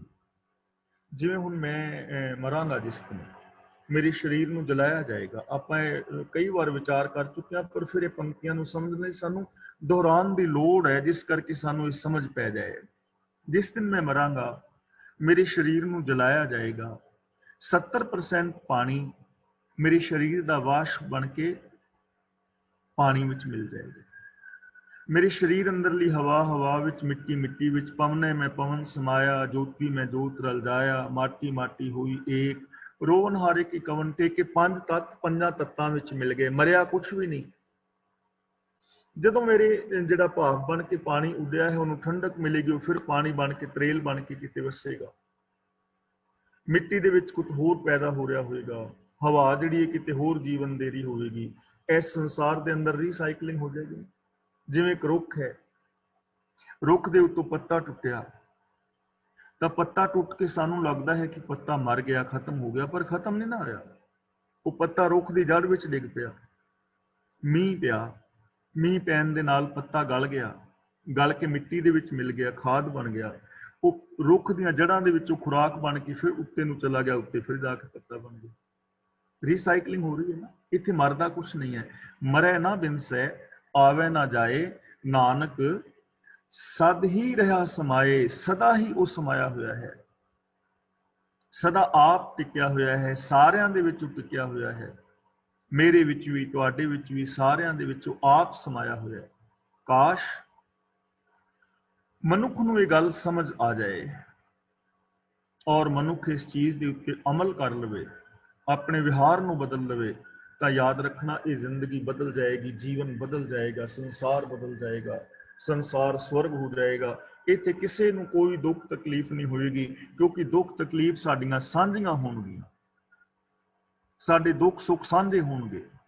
ਮੇਰਾ ਆਪਣਾ ਆਪਾ ਹੀ ਤੇ ਤੁਹਾਡੇ ਵਿੱਚ ਹੈ, ਤੁਹਾਡਾ ਆਪਣਾ ਆਪਾ ਹੀ ਤੇ ਮੇਰੇ ਵਿੱਚ ਹੈ। ਜਦੋਂ ਮੈਂ ਗੌਰ ਦੇ ਨਾਲ ਤੱਕਦਾ ਤਾਂ ਮੈਨੂੰ ਤੁਹਾਡੇ ਵਿੱਚ ਆਪਣਾ ਆਪਾ ਹੀ ਤੇ ਨਜ਼ਰੀ ਪਵੇਗਾ, ਕਿਉਂਕਿ ਉਹੀ ਪੰਜ ਤੱਤ ਤੁਹਾਡੇ ਵਿੱਚ ਨੇ, ਉਹੀ ਪੰਜ ਤੱਤ ਮੇਰੇ ਵਿੱਚ ਨੇ। ਉਹੀ ਧਰਤੀ, ਉਹੀ ਸੂਰਜ, ਉਹੀ ਚੰਦਰਮਾ, ਉਹੀ ਹਵਾ, ਪੌਣ ਪਾਣੀ ਨਾਲ ਮੈਂ ਜਿੰਦਾ ਹਾਂ, ਉਹਦੇ ਨਾਲ ਤੁਸੀਂ ਜਿੰਦਾ ਹੋ। ਮੈਂ ਵੀ ਸੁੱਖ ਚਾਹੁੰਦਾ, ਮੈਂ ਵੀ ਇੱਜ਼ਤ ਸਤਿਕਾਰ ਚਾਹੁੰਦਾ, ਮੈਂ ਵੀ ਮੁਕਤੀ ਚਾਹੁੰਦਾ। ਤੁਸੀਂ ਵੀ ਸੁੱਖ ਚਾਹੁੰਦੇ ਹੋ, ਇੱਜ਼ਤ ਚਾਹੁੰਦੇ ਹੋ, ਮੁਕਤੀ ਚਾਹੁੰਦੇ ਹੋ, ਤੇ ਫਰਕ ਕੀ ਹੈ? ਫਿਰ ਜਦੋਂ ਮੈਂ ਤੁਹਾਨੂੰ ਗਾਲਾਂ ਕੱਢਦਾ ਤਾਂ ਮੈਂ ਆਪਣੇ ਆਪ ਨੂੰ ਹੀ ਗਾਲ ਕੱਢ ਰਿਹਾ ਹਾਂ, ਕਿਉਂਕਿ ਮੇਰਾ ਆਪਣਾ ਆਪਾ ਤੁਹਾਡੇ ਵਿੱਚ ਹੈ। ਜਦੋਂ ਮੈਂ ਤੁਹਾਨੂੰ ਦੁੱਖ ਦੇ ਰਿਹਾ ਤਾਂ ਉਦੋਂ ਮੈਂ ਆਪਣੇ ਆਪ ਨੂੰ ਹੀ ਦੁੱਖ ਦੇ ਰਿਹਾ ਹੋਵਾਂਗਾ। ਜਦੋਂ ਮੈਂ ਚੀਜ਼ ਨੂੰ ਸਮਝ ਲਵਾਂਗਾ, ਇਹ ਉਦੋਂ ਦੀ ਗੱਲ ਹੈ ਜਦੋਂ ਤੁਸੀਂ ਮੈਨੂੰ ਦੁੱਖ ਦੇ ਰਹੇ ਹੋਗੇ ਤੇ ਆਪਣੇ ਆਪ ਨੂੰ ਹੀ ਦੁੱਖ ਦੇ ਰਹੇ ਹੋਗੇ। ਜੇ ਚੀਜ਼ ਸਮਝ ਆ ਜਾਏ ਤਾਂ ਕਿੰਨਾ ਸੋਹਣਾ ਇਹ ਸੰਸਾਰ ਹੋ ਜਾਏਗਾ। ਪਰ ਹੁਣ ਬੰਦਾ ਫਿਰ ਪਤਾ ਕਿ ਨਹੀਂ ਜੀ, ਇਹ ਤਾਂ ਇੰਪੋਸੀਬਲ ਹੈ। ਇੰਪੋਸੀਬਲ ਤਾਂ ਹੈ ਕਿ ਅਸੀਂ ਕਰਨਾ ਹੀ ਨਹੀਂ ਚਾਹੁੰਦੇ। ਇਹ ਤਾਂ ਜੀ ਬੜਾ ਔਖਾ ਹੈ। ਬੰਦਾ ਪੁੱਛੇ ਵੀ ਲੜਨਾ ਸੌਖਾ ਹੈ, ਚੋਰੀਆਂ ਕਰਨੀਆਂ ਸੌਖੀਆਂ ਨੇ, ਗੁੱਸੇ ਦੇ ਨਾਲ ਲਾਲ ਪੀਲਾ ਹੋਣਾ ਸੌਖਾ ਹੈ? ਔਖਾ ਤੇ ਕੰਮ ਉਹ ਪ੍ਰੇਮ ਨਾਲ ਰਹਿਣਾ, ਇੱਕ ਦੂਜੇ ਦਾ ਸਤਿਕਾਰ ਕਰਨਾ ਤੇ ਹੈ ਹੀ ਬੜਾ ਸੌਖਾ ਹੈ। ਫਤਿਹ ਬੁਲਾਣੀ ਕਿੰਨੀ ਸੌਖੀ, ਹੱਥ ਜੋੜੇ ਵਾਹਿਗੁਰੂ ਜੀ ਕਾ ਖਾਲਸਾ ਵਾਹਿਗੁਰੂ ਜੀ ਕੀ ਫਤਿਹ, ਕਿੰਨਾ ਸੌਖਾ ਹੈ ਨਾ। ਨਾਲੇ ਖੁਸ਼ੀ ਮਿਲੀ ਦੋਵਾਂ ਨੂੰ। ਤੇ ਘਸੁੰਨ ਮਾਰਨੇ ਔਖੇ ਨੇ।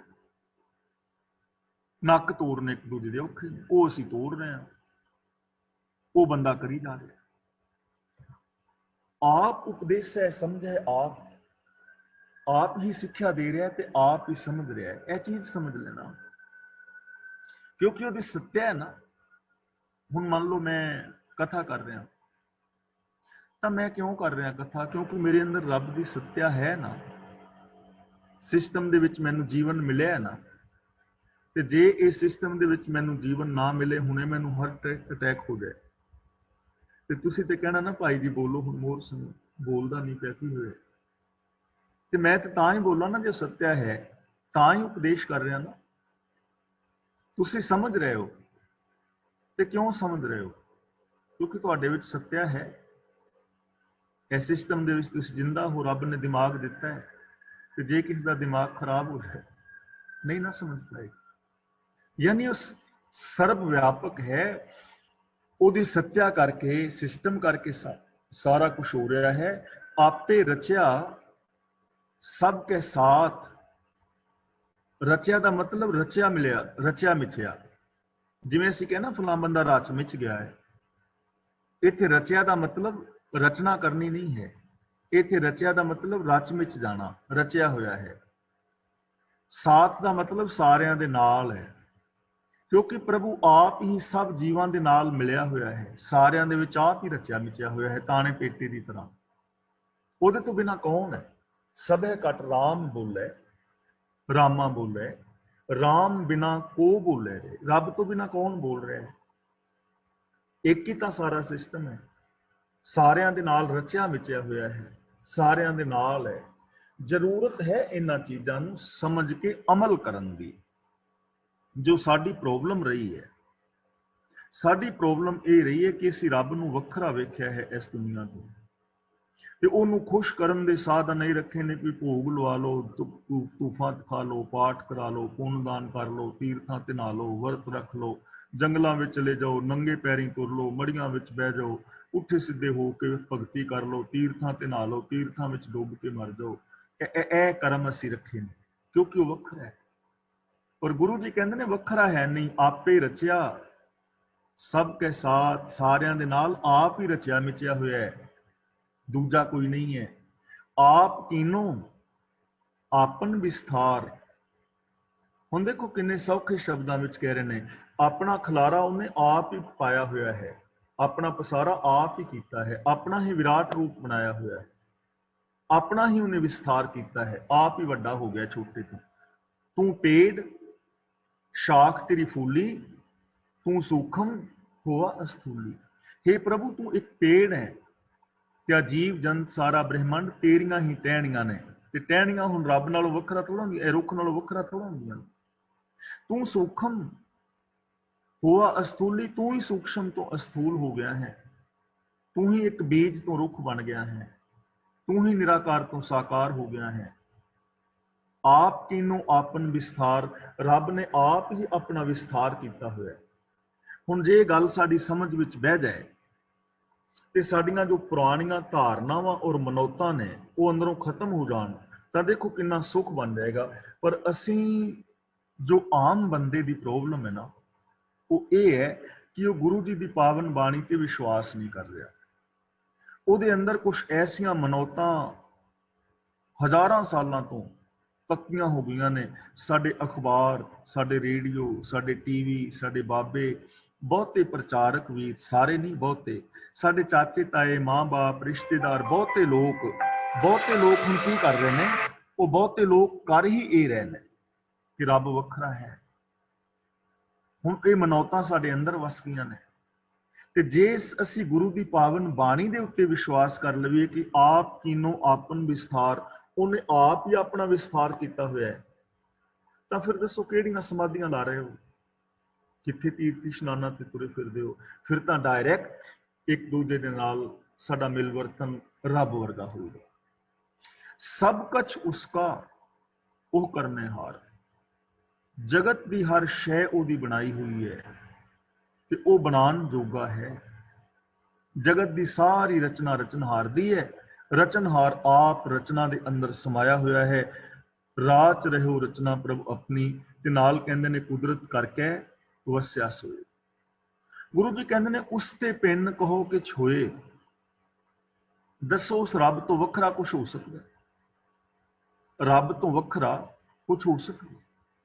ਹੁਣ ਗੁਰੂ ਜੀ ਸਾਨੂੰ ਸਵਾਲ ਪੁੱਛ ਰਹੇ ਨੇ ਵੀ ਗੁਰਮੁਖ ਪਿਆਰਿਓ, ਸਿਆਣੇ ਪੁਰਸ਼ੋ, ਸੋਚੋ ਵਿਚਾਰੋ ਤੇ ਇਹ ਦੱਸੋ ਕਿ ਉਸ ਤੇ ਪਿੰਨ ਕਹੋ ਕਿ ਛੋਏ, ਉਹਦੇ ਤੋਂ ਵੱਖਰਾ ਕੁਝ ਹੋ ਸਕਦਾ? ਸੋਨਾ ਨਾ ਹੋਵੇ ਤਾਂ ਕਿ ਗਹਿਣੇ ਬਣ ਸਕਦੇ ਨੇ, ਪਾਣੀ ਨਾ ਹੋਵੇ ਤਾਂ ਕਿ ਲਹਿਰਾਂ ਉੱਠ ਸਕਦੀਆਂ ਨੇ, ਜੇ ਸਮੁੰਦਰ ਨਾ ਹੋਵੇ ਤਾਂ ਲਹਿਰਾਂ ਕੀ ਉੱਠ ਸਕਦੀਆਂ ਨੇ, ਜੇ ਬੀਜ ਨਾ ਹੋਵੇ ਤਾਂ ਕਿ ਰੁੱਖ ਦਰਖਤ ਪੈਦਾ ਹੋ ਸਕਦੇ ਨੇ, ਜੇ ਮਾਂ-ਬਾਪ ਨਾ ਹੋਣ ਤਾਂ ਕਿ ਬੱਚੇ ਪੈਦਾ ਹੋ ਸਕਦੇ ਨੇ, ਤੇ ਜੇ ਰੱਬ ਨਾ ਹੋਵੇ ਤਾਂ ਸੰਸਾਰ ਹੋ ਸਕਦਾ ਹੈ। ਬੀਜ ਹੀ ਨਹੀਂ ਤੇ ਰੁੱਖ ਕਿੱਥੋਂ? ਬੀਜ ਹੀ ਰੁੱਖ ਬਣ ਗਿਆ ਹੈ, ਨਿਰੰਕਾਰ ਹੀ ਸੰਸਾਰ ਬਣ ਗਿਆ। ਗੁਰੂ ਜੀ ਕਹਿੰਦੇ ਦੱਸੋ ਉਹਦੇ ਤੋਂ ਵੱਖਰਾ ਕੀ ਹੈ? ਕੁਛ ਹੈ? ਸਮੁੰਦਰ ਤੋਂ ਬਿਨਾਂ ਲਹਿਰਾਂ ਦੀ ਕੋਈ ਹੋਂਦ ਹੈ? ਬੀਜ ਤੋਂ ਬਿਨਾਂ ਰੁੱਖ ਦੀ ਕੋਈ ਹੋਂਦ ਹੈ? ਤੇ ਰੱਬ ਤੋਂ ਬਿਨਾਂ ਸਾਡੀ ਕੋਈ ਹੋਂਦ ਹੈ? ਨਹੀਂ। ਰੱਬ ਇੱਕ ਜ਼ਿੰਦਗੀ ਦਾ ਦਰਿਆ ਹੈ, ਅਸੀਂ ਉਹਦੀਆਂ ਹੀ ਲਹਿਰਾਂ ਹਾਂ। ਥਾਨ ਥਨੰਤਰ ਏਕੈ ਸੋਏ। ਥਾਨ ਦਾ ਮਤਲਬ ਥਾਂ, ਥਾਨੰਤਰ ਦਾ ਮਤਲਬ ਇੱਕ ਥਾਂ ਤੋਂ ਦੂਜੇ ਥਾਂ ਦੇ ਵਿੱਚ ਜਿਹੜੀ ਵਿੱਥ ਹੁੰਦੀ ਹੈ, ਯਾਨੀ ਹਰ ਥਾਂ ਤੇ। ਥਾਨ ਥਨੰਤਰ ਏਕੈ ਸੋਏ, ਹਰ ਥਾਂ ਤੇ ਉਹ ਰੱਬ ਹੀ ਮੌਜੂਦ ਹੈ। ਹਰ ਥਾਂ ਤੇ ਰੱਬ ਮੌਜੂਦ ਹੈ।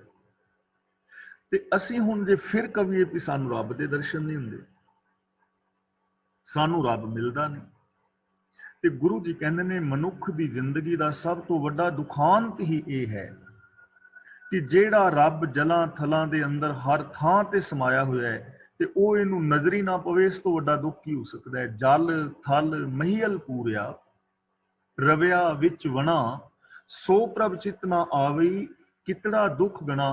ਕਿਹੜਾ ਵੱਡਾ ਦੁੱਖ ਹੈ, ਇਸ ਦੁੱਖ ਦੀ ਮੈਂ ਕੀ ਗਿਣਤੀ ਕਰਾਂ? ਵੀ ਜਿਹੜਾ ਜਲਾਂ ਥਲਾਂ ਦੇ ਵਿੱਚ ਸਮਾਇਆ ਉਹਦੇ ਚੇਤੇ ਹੀ ਨਾ ਆਵੇ, ਉਹਨੂੰ ਇਹ ਵੇਖੇ ਹੀ ਨਾ, ਉਹਨੂੰ ਇਹ ਸਮਝੇ ਹੀ ਨਾ, ਉਹ ਇਹਦੀ ਸੋਚ ਦੇ ਵਿੱਚ ਹੀ ਨਾ ਆਏ ਤੇ ਬਾਹਰ ਭਟਕਦਾ ਫਿਰੇ। ਥਾਨ ਥਨੰਤਰ ਏਕੈ ਸੋਏ। ਆਪਣੇ ਚਲਿਤ ਆਪ ਕਰਨੇ ਹਾਰ। ਚਲਿਤ ਦਾ ਮਤਲਬ ਚਰਿੱਤਰ, ਤਮਾਸ਼ੇ, ਖੇਲ। ਆਪਣਾ ਖੇਲ ਆਪ ਹੀ ਬਣਾਉਣ ਜੋਗਾ ਹੈ। ਇਹ ਸੰਸਾਰ ਰੱਬ ਦਾ ਇੱਕ ਕੌਤਕ ਹੈ, ਰੱਬ ਦਾ ਇੱਕ ਚੋਜ ਤਮਾਸ਼ਾ ਹੈ, ਇੱਕ ਖੇਲ ਹੈ। ਆਪ ਇਸ ਖੇਲ ਨੂੰ ਰਚਣ ਵਾਲਾ ਹੈ ਤੇ ਆਪ ਇਸ ਰਚਨਾ ਦੇ ਅੰਦਰ, ਖੇਲ ਦੇ ਅੰਦਰ ਖੇਲ ਰਿਹਾ ਹੈ। ਕੌਤਕ ਕਰੈ ਰੰਗ ਆਪਾਰ, ਬੇਅੰਤ ਰੰਗਾਂ ਦੇ ਤਮਾਸ਼ੇ ਕਰ ਰਿਹਾ ਹੈ। ਰਚਨਾ ਖੇਲ ਵੀ ਆਪ ਹੈ ਤੇ ਖੇਲਣ ਵਾਲਾ ਵੀ ਆਪ ਇੱਕੋ ਹੀ ਹੈ। ਜਿਵੇਂ ਆਪਾਂ ਇੱਕ ਸ਼ਬਦ ਦੀ ਵਿਚਾਰ ਕੀਤੀ ਸੀ ਨਾ, ਬਾਜੀਗਰ ਜੈਸੇ ਬਾਜੀ ਪਾਈ, ਨਾਨਾ ਰੂਪ ਟੇਕ ਦਿਖਲਾਈ, ਸਾਂਗ ਉਤਾਰ ਥਮਿਓ ਪਾਸਾਰਾ, ਤਬ एको ਏਕੰਕਾਰਾ। कवन रूप दृष्टियो बिनसायो, कतह गयो ओ कत ते आयो, जल ते उठे अनिक तरंगा, अनिक भूखन कीने बहुरंगा। बीज बीज देखियो बहु प्रकारा, फल पाके ते एकंकारा। सहस कटा में एक आकाश, कट फूटे ते उही प्रगास, परम लोभ मोह माया विकार, भ्रम छूटे ते एकंकार। जदों साडी जिंदगी चों भरम अज्ञानता मिट गई, फिर सानू चार चुफेरे एक ही दिसेगा। कौतक करे रंग आपार, मन में आप मन अपने माहे। मन में आप ਦਾ ਮਤਲਬ ਜੀਵਾਂ ਦੇ ਮਨ ਵਿੱਚ ਆਪ ਹੀ ਵਸ ਰਿਹਾ ਹੈ। ਮਨ ਆਪਣੇ ਮਾਹੇ ਤੇ ਸਾਰੇ ਜੀਵ ਉਹਦੇ ਮਨ ਦੇ ਵਿੱਚ ਵਸ ਰਹੇ ਨੇ। ਤਾਣੇ ਪੇਟੀ ਦੀ ਤਰ੍ਹਾਂ ਮਿਲੇ ਹੋਏ ਨੇ। ਸਾਡੇ ਮਨ ਵਿੱਚ ਰੱਬ ਹੈ ਤੇ ਰੱਬ ਦੇ ਮਨ ਵਿੱਚ, ਵਿਆਪਕ ਮਨ ਦੇ ਵਿੱਚ ਅਸੀਂ ਹਾਂ। ਜਿਵੇਂ ਇੱਕ ਕੌਲੀ ਦੇ ਵਿੱਚ ਪਾਣੀ ਪਾਇਆ ਹੋਏ, ਭਰੀ ਹੋਈ ਕੌਲੀ ਜਾਂ ਭਰਿਆ ਹੋਇਆ ਗਿਲਾਸ ਪਾਣੀ ਦਾ, ਤੇ ਦੂਜੇ ਪਾਸੇ ਟੱਬ ਪਾਣੀ ਦਾ ਭਰਿਆ, ਤੇ ਪਾਣੀ ਦੇ ਭਰੇ ਗਿਲਾਸ ਨੂੰ ਟੱਬ ਵਿੱਚ ਪਾ ਦੇਈਏ, ਡੁੱਬ ਜਾਏਗਾ ਨਾ। ਤਾਂ ਹੁਣ ਦੱਸੋ, ਪਾਣੀ ਵਿੱਚ ਗਿਲਾਸ ਹੈ ਕਿ ਗਿਲਾਸ ਪਾਣੀ ਵਿੱਚ ਹੈ? ਟੱਬ ਦੇ ਵਿੱਚ, ਭਰੇ ਹੋਏ ਟੱਬ ਦੇ ਵਿੱਚ ਗਿਲਾਸ ਡੁੱਬਿਆ ਹੋਇਆ ਹੈ ਥੱਲੇ, ਤਾਂ ਪਾਣੀ ਵਿੱਚ ਗਿਲਾਸ ਹੈ ਕਿ ਗਿਲਾਸ ਪਾਣੀ ਵਿੱਚ ਹੈ? ਤਾਂ ਕਹਿਣਾ ਪਵੇਗਾ ਨਾ ਕਿ ਗਿਲਾਸ ਪਾਣੀ ਵਿੱਚ ਤੇ ਪਾਣੀ ਗਿਲਾਸ ਵਿੱਚ ਹੈ। ਐਵੇਂ ਰੱਬ ਸਾਡੇ ਵਿੱਚ ਤੇ ਅਸੀਂ ਰੱਬ ਦੇ ਵਿੱਚ, ਵੱਖਰੇ ਨਹੀਂ ਹਾਂ। ਮਨ ਮੈਂ ਆਪ, ਮਨ ਆਪਣੇ ਮਾਹੇ, ਨਾਨਕ कीमत कहन ना जाए। गुरु पातशाह जी कहते ਉਹਦਾ ਮੁੱਲ ਦੱਸਿਆ ਨਹੀਂ ਜਾ ਸਕਦਾ, ਉਹਦੇ ਭੇਦ ਨੂੰ ਪਾਇਆ ਨਹੀਂ ਜਾ ਸਕਦਾ, ਉਹਦਾ ਅੰਤ ਨਹੀਂ ਪਾਇਆ ਜਾ ਸਕਦਾ। ਸਤ ਸਤ ਸਤ ਪ੍ਰਭ ਸੁਆਮੀ, ਸਤ ਦਾ ਮਤਲਬ ਸਦਾ ਕਾਇਮ ਰਹਿਣ ਵਾਲਾ, ਉਹ ਮਾਲਕ ਸੱਚਾ ਹੈ, ਸੱਚਾ ਹੈ, ਸੱਚਾ ਹੈ, ਭਾਵ ਤਿੰਨਾਂ ਕਾਲਾਂ ਦੇ ਵਿੱਚ ਰਹਿਣ ਵਾਲਾ ਅਬਿਨਾਸ਼ੀ ਹੈ। ਗੁਰ ਪ੍ਰਸਾਦ, ਗੁਰ ਪ੍ਰਸਾਦ ਕਿਨੇ ਵਖਿਆਨੀ, ਵਖਿਆਨੀ ਦਾ ਮਤਲਬ ਬਿਆਨ ਕੀਤੀ ਹੈ। ਗੁਰੂ ਦੀ ਕਿਰਪਾ ਨਾਲ ਕਿਸੇ ਨੇ ਇਹ ਬਿਆਨ ਕੀਤਾ ਹੈ, ਗੁਰੂ ਦੀ ਮਿਹਰ ਨਾਲ ਕਿਸੇ ਵਿਰਲੇ ਨੇ ਇਹ ਗੱਲ ਦੱਸੀ ਹੈ। ਕਿਹੜੀ ਗੱਲ? ਕਿ ਰੱਬ ਸੱਚ ਹੈ, ਰੱਬ ਸਰਵ ਵਿਆਪਕ ਹੈ, ਦਿਸਦਾ ਜਗਤ ਰੱਬ ਦਾ ਹੀ ਰੂਪ ਹੈ, ਜੀਵ ਰੱਬ ਨਾਲੋਂ ਵੱਖਰਾ ਨਹੀਂ ਹੈ। ਇਹ ਗੱਲ ਗੁਰੂ ਦੀ ਕਿਰਪਾ ਨਾਲ ਕਿਸੇ ਵਿਰਲੇ ਨੇ ਵਿਖਿਆਨ ਕੀਤੀ, ਕਿਸੇ ਵਿਰਲੇ ਨੇ ਦੱਸੀ ਹੈ। ਵਖਰੇਵਾਂ ਪਾਉਣ ਵਾਲੇ ਬੜੇ ਨੇ। ਸੱਚ ਸੱਚ ਸੱਚ ਸਭ ਕੀਨਾ, ਜੋ ਕੁਛ ਵੀ ਬਣਾਇਆ ਹੈ ਉਹ ਸਭ ਸੱਚ ਹੈ। ਸੱਚ ਦਾ ਮਤਲਬ ਮੁਕੰਮਲ ਹੈ, ਉਹਦੇ ਵਿੱਚ ਕੁਛ ਅਧੂਰਾਪਨ ਨਹੀਂ ਹੈ, ਉਹਦੇ ਵਿੱਚ ਕੋਈ ਕਮੀ ਔਰ ਦੋਸ਼ ਨਹੀਂ ਹੈ।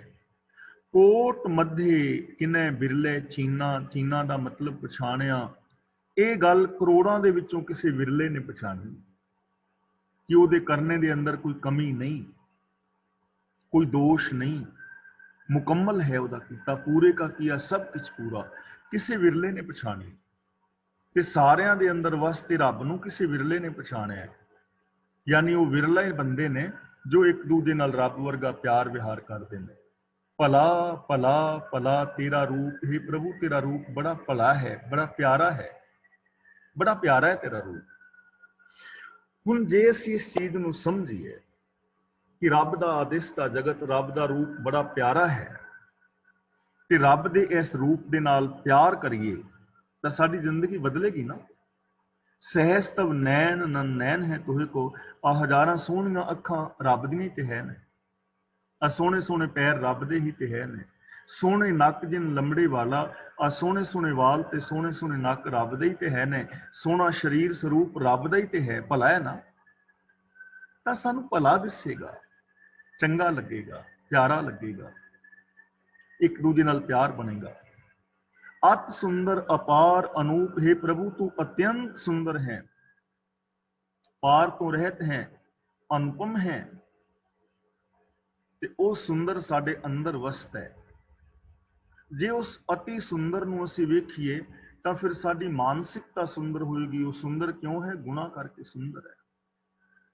ਉਹਦਾ ਸੰਸਾਰ ਸੁੰਦਰ ਹੈ, ਉਹਦੇ ਅੰਦਰ ਸੱਚਾਈ ਹੈ, ਤਾਂ ਸਾਡੀ ਮਾਨਸਿਕਤਾ ਸੁੰਦਰ ਹੋ ਜਾਏਗੀ। निर्मल निर्मल निर्मल तेरी बाणी, हे प्रभु तेरी जो बाणी है बड़ी मिठी है, मैल तो रहत है, पवित्र है। तेरा हुक्म पवित्र है, तेरे हुक्म विच मैल नहीं, तेरी सिफत सलाह दी बाणी विच कोई मैल नहीं। गुरु दी पावन बाणी पवित्र है, घट घट सुनी श्रवण बखियानी, हरेक शरीर विच कन्ना दी राही सुनी जा रही है ते जीव दे नाल उचारण की जा रही है। यानी हर शरीर के अंदर रब बह के सुन रहा है ते रब बह के आप ही बोल रहा है। जे उहदी सत्या ना होवे, जे रजा हुक्म सिस्टम ना होवे, तुसी सुन नहीं सकते, मैं बोल नहीं सकता। पवित्र पवित्र पवित्र पुनीत, जेड़ा भी मनुख प्रभु के नाम नाल गुणा दे नाल जुड़ता है वह पवित्र हो जाता है, वह पुनीत हो जाता है। मन बचन करके पवित्र हो जाता है, ਉਹਦੇ बोल पवित्र, ਉਹਦੀ सोच पवित्र, ਉਹਦਾ ਵਿਹਾਰ पवित्र हो जाता है। नाम जपै नानक मन प्रीत, मन प्रीत दे नाल, दिली प्यार दे नाल। नाम दा मतलब हुक्म, जपै दा मतलब जो जानदा है, समझदा है, जो रब दे हुक्म नूं समझदा है, जो रब दे हुक्म दे अंदर जिंदगी जींदा है, मन दी प्रीत करके ਉਹ ਮਨੁੱਖ ਪਵਿੱਤਰ ਹੋ ਜਾਂਦਾ ਹੈ। ਉਹ ਮਨੁੱਖ ਪਵਿੱਤਰ ਹੋ ਜਾਂਦਾ ਹੈ। ਪਵਿੱਤਰ ਪਵਿੱਤਰ ਪਵਿੱਤਰ ਪੁਨੀਤ ਕੌਣ? ਨਾਮ ਜਪੈ ਨਾਨਕ ਮਨ ਪ੍ਰੀਤ, ਹੈ ਨਾਨਕ ਜੋ ਮਨ ਦੇ ਪ੍ਰੀਤ ਕਰਕੇ, ਦਿਲੀ ਪ੍ਰੀਤ ਕਰਕੇ ਰੱਬੀ ਰਜਾ ਵਿੱਚ ਤੁਰਦਾ ਹੈ, ਰੱਬ ਦੀ ਸਿਫਤ ਸਲਾਹ ਕਰਦਾ ਹੈ, ਰੱਬ ਦੇ ਗੁਣ ਗਾਉਂਦਾ ਹੈ, ਉਹ ਮਨੁੱਖ ਪਵਿੱਤਰ ਹੋ ਜਾਂਦਾ ਹੈ। ਉਸ ਮਨੁੱਖ ਦੀ ਸੋਚ ਪਵਿੱਤਰ, ਉਹਦੇ ਬੋਲ ਪਵਿੱਤਰ, ਉਹਦਾ ਵਿਹਾਰ ਪਵਿੱਤਰ। ਤੇ ਜੋ ਮਨ ਬਚਨ ਕਰਮ ਕਰਕੇ ਪਵਿੱਤਰ ਹੈ, शुभ गुणा का धार नहीं है, उस मनुख की जिंदगी के अंदर संतोख है, उत्थे शांति है, उत्थे प्रेम है, उत्थे इंसानियत है, उत्थे दया है। वो दूजे के निक्के निक्के दुखों को भी समझदा है, क्योंकि अंदर दया है ना, अंदर प्रेम है, अंदर नजरिया है कि सब दे विच रब है। फिर वो किसी के दुख नूं नहीं वेख सकता, सगों दुखी का सहयोग करेगा। किसी नूं जे वो सुख नहीं दे सकता तो दुख नहीं देगा। तो इस तरह जे असीं चाहुंदे हां कि साडी जिंदगी, साडी सोच पवित्र हो जाए, साडे जीवन में सुख शांति आ जाए, तो उहदे वास्ते एक ही नेम है कि असीं अपनी ईगो हंकार नूं छड्ड के दिली प्यार दे नाल रब्बी रजा विच रहना सीखीए। गुरु ग्रंथ साहिब जी की पावन बाणी नूं आप पढ़िए, गुरबाणी दी विचार करिए और गुरबाणी ते अमल करके अपने जीवन नूं, अपने परिवार नूं, संसार नूं स्वर्ग दे विच बदलण दा यतन करिए। इन्ना कुछ कहंदा मैं खिमा दा जाचक हां। अज दी इस विचार विच जे किसी वीर भैन दा कोई सवाल होए तां वो सवाल कर सकदा है। जे अपने विचार किसी वीर भैन ने देने होण तां वो अपने विचार दे सकदे ने। वीर त्रिलोचन सिंह जी हुण अनमुख ने, अगली कार्रवाई वो करनगे। होईआं भुलां दी खिमा। वाहिगुरू जी का खालसा, वाहिगुरू जी की फतेह। वाहिगुरू जी का खालसा, वाहिगुरू जी की फतेह। ਗਿਆਨੀ ਜੀ ਧੰਨਵਾਦ ਬਹੁਤ ਬਹੁਤ। ਤੇ ਜਿੱਦਾਂ ਆਪ ਜੀ ਨੂੰ ਪਤਾ ਹੀ ਹੈ, ਸਾਰਿਆਂ ਨੇ ਕਥਾ ਸੁਣ ਲਈ ਸੀ ਅੱਜ ਦੀ। ਉਹਦੇ ਵਿੱਚੋਂ ਕੋਈ ਤੁਸੀਂ ਸਵਾਲ ਕਰਨਾ ਹੋਵੇ ਹਮੇਸ਼ਾ ਦੀ ਤਰ੍ਹਾਂ ਤੁਸੀਂ ਅਨਮਿਊਟ ਹੋ ਜਾਓ ਤੇ ਤੁਸੀਂ ਆਪਣਾ ਸਵਾਲ ਰੱਖ ਸਕਦੇ ਹੋ। ਜੇ ਕੋਈ ਚੀਜ਼ ਨਹੀਂ ਸਮਝ ਆਈ ਉਹ ਵੀ ਕਰ ਸਕਦੇ ਹਾਂ। ਜੇ ਕੋਈ ਹੋਰ ਤੁਸੀਂ ਆਪਣਾ ਵਿਚਾਰ ਦੇਣਾ ਹੋਵੇ ਤਾਂ ਉਹ ਵੀ ਕਰ ਸਕਦੇ ਹਾਂ। ਤੇ ਤੁਸੀਂ ਅਨਮਿਊਟ ਹੋ ਜਾਓ ਜੀ, ਜਿੱਦਾਂ ਫਿਰ ਜਾਣ ਲੱਗਿਆਂ ਤੇ ਨਾ ਹੋਇਓ। ਸਾਰੇ ਕੁਆਇਟ ਹੈ ਜੀ ਅੱਜ ਲੱਗਦੇ। ਇਹਦਾ ਮਤਲਬ ਸਾਰੇ ਸੈਟਿਸਫੈਕਟਰੀ ਹੋ ਰਿਹਾ ਜੀ। ਰਵਿੰਦਰ ਸਿੰਘ ਜੀ ਤੁਸੀਂ ਅਨਮਿਊਟ ਹੋਏ ਆ। ਹਾਂਜੀ ਚਲੋ ਮੈਂ ਕਿਹਾ ਠੀਕ ਹੈ, ਬਹੁਤ ਵਧੀਆ, ਥੈਂਕ ਯੂ ਜੀ। ਗਿਆਨੀ ਜਿੱਦਾਂ ਆਪਾਂ ਜਿਹੜਾ ਪਹਿਲਾਂ ਪੜਿਆ ਕਿ ਅਨੇਕ ਭੋਗ ਵਿਖਿਆ ਕੇ ਕਰੇ, ਨੈ ਤ੍ਰਿਪਤਾਵੇ ਖੱਪ ਖੱਪ ਮਰੇ, ਬਿਨਾਂ ਸੰਤੋਖ ਨਾ ਹੀ ਕੋ ਰਾਜੇ। ਮਤਲਬ ਕਿ ਜਿਹੜੀ ਅਸੀਂ ਸਾਰੀ ਦੁਨੀਆ ਜਿੰਨੀ ਵੀ ਅਸੀਂ ਹੈਗੇ ਹਾਂ, ਇਹਨਾਂ ਚੀਜ਼ਾਂ ਫਸੇ ਹਾਂ, ਪਰ ਛੱਡ ਨਹੀਂ ਹੁੰਦੀਆਂ ਚੀਜ਼ਾਂ। ਜਿੱਦਾਂ ਸਾਰੀ ਦੁਨੀਆ ਨਾ ਇਹਨਾਂ ਚੀਜ਼ਾਂ 'ਚ ਫਸੀ ਆ, ਜਿੱਦਾਂ ਵਿਕਾਰ ਹੀ ਕਹਿ ਸਕਦੇ ਇਹਨਾਂ ਨੂੰ। ਹਾਂਜੀ ਹਾਂਜੀ।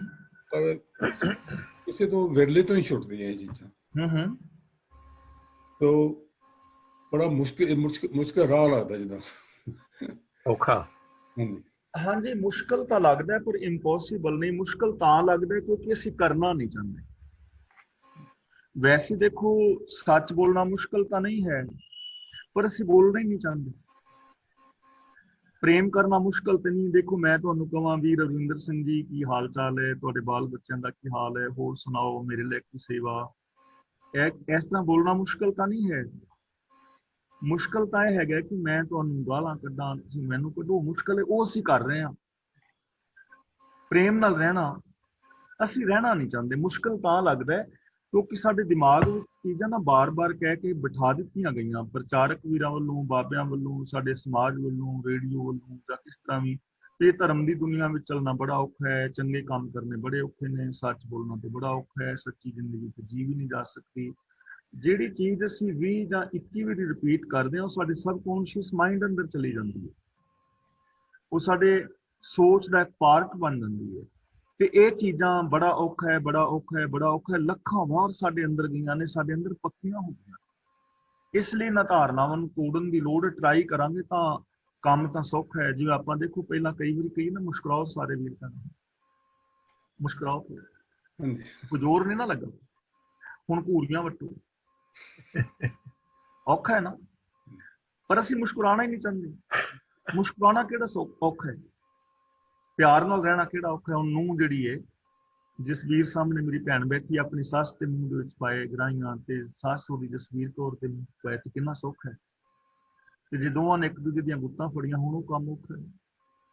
ਦੇਖੋ, ਕੈਨੇਡਾ ਦੇ ਵਿੱਚ ਜਾਂ ਅਮਰੀਕਾ ਦੇ ਵਿੱਚ ਦੋ ਬੰਦੇ ਲੜੇ, ਲੜਨਾ ਔਖਾ ਹੈ ਨਾ। ਤੇ ਟਰੱਕ ਅੱਗੇ ਪਿੱਛੇ ਕਰਨਾ ਤੇ ਬਿਲਕੁਲ ਸੌਖਾ ਸੀ। ਚੱਲ ਯਾਰ ਮੈਂ ਕਰ ਦਿੰਦਾ, 2 ਮਿੰਟ ਮੈਂ ਖਲੋ ਦਿੰਦਾ, ਸੌਖਾ। ਪਰ ਅਸੀਂ ਸੌਖਾ ਕੰਮ ਕਰਨਾ ਹੀ ਨਹੀਂ ਚਾਹੁੰਦੇ, ਇਸ ਕਰਕੇ ਔਖਾ ਲੱਗਦਾ। ਇਸ ਲਈ ਸੋਚ ਨੂੰ ਬਦਲਣ ਦੀ ਲੋੜ ਹੈ ਸਾਨੂੰ ਸਾਰੇ ਵੀਰਾਂ ਭੈਣਾਂ ਨੂੰ। ਜੇ ਔਖਾ ਵੀ ਹੈ ਤਾਂ ਫਿਰ ਅਸੀਂ ਇੰਪੋਸੀਬਲ ਨਹੀਂ ਹੈ, ਪੋਸੀਬਲ ਕਰ ਸਕਦੇ ਹਾਂ। ਔਖਾ ਤੇ ਹਰ ਚੀਜ਼ ਹੈ। ਦੇਖੋ ਰੋਟੀ ਖਾਣੀ, ਪਰੌਂਠੇ ਖਾਣੇ ਕਿੰਨੇ ਸੌਖੇ ਨੇ, ਮਜ਼ਾ ਆਉਂਦਾ ਨਾ ਪਰੌਂਠੇ ਖਾਣ ਦਾ, ਪਰ ਪਰੌਂਠੇ ਸੌਖੇ ਨਹੀਂ ਬਣੇ।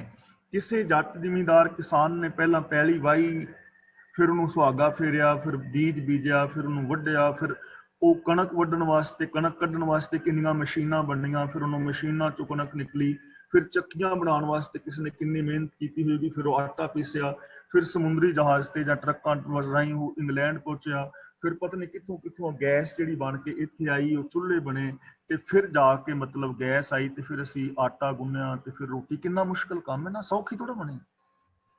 ਜਿੰਨੀ ਰੋਟੀ ਖਾਣੀ ਔਖੀ ਹੈ ਬਣਾਣੀ, ਪੈਦਾ ਕਰਨੀ, ਸੱਚ ਬੋਲਣਾ ਤੇ ਉਹਨਾਂ ਔਖਾ ਹੈ ਹੀ ਨਹੀਂ।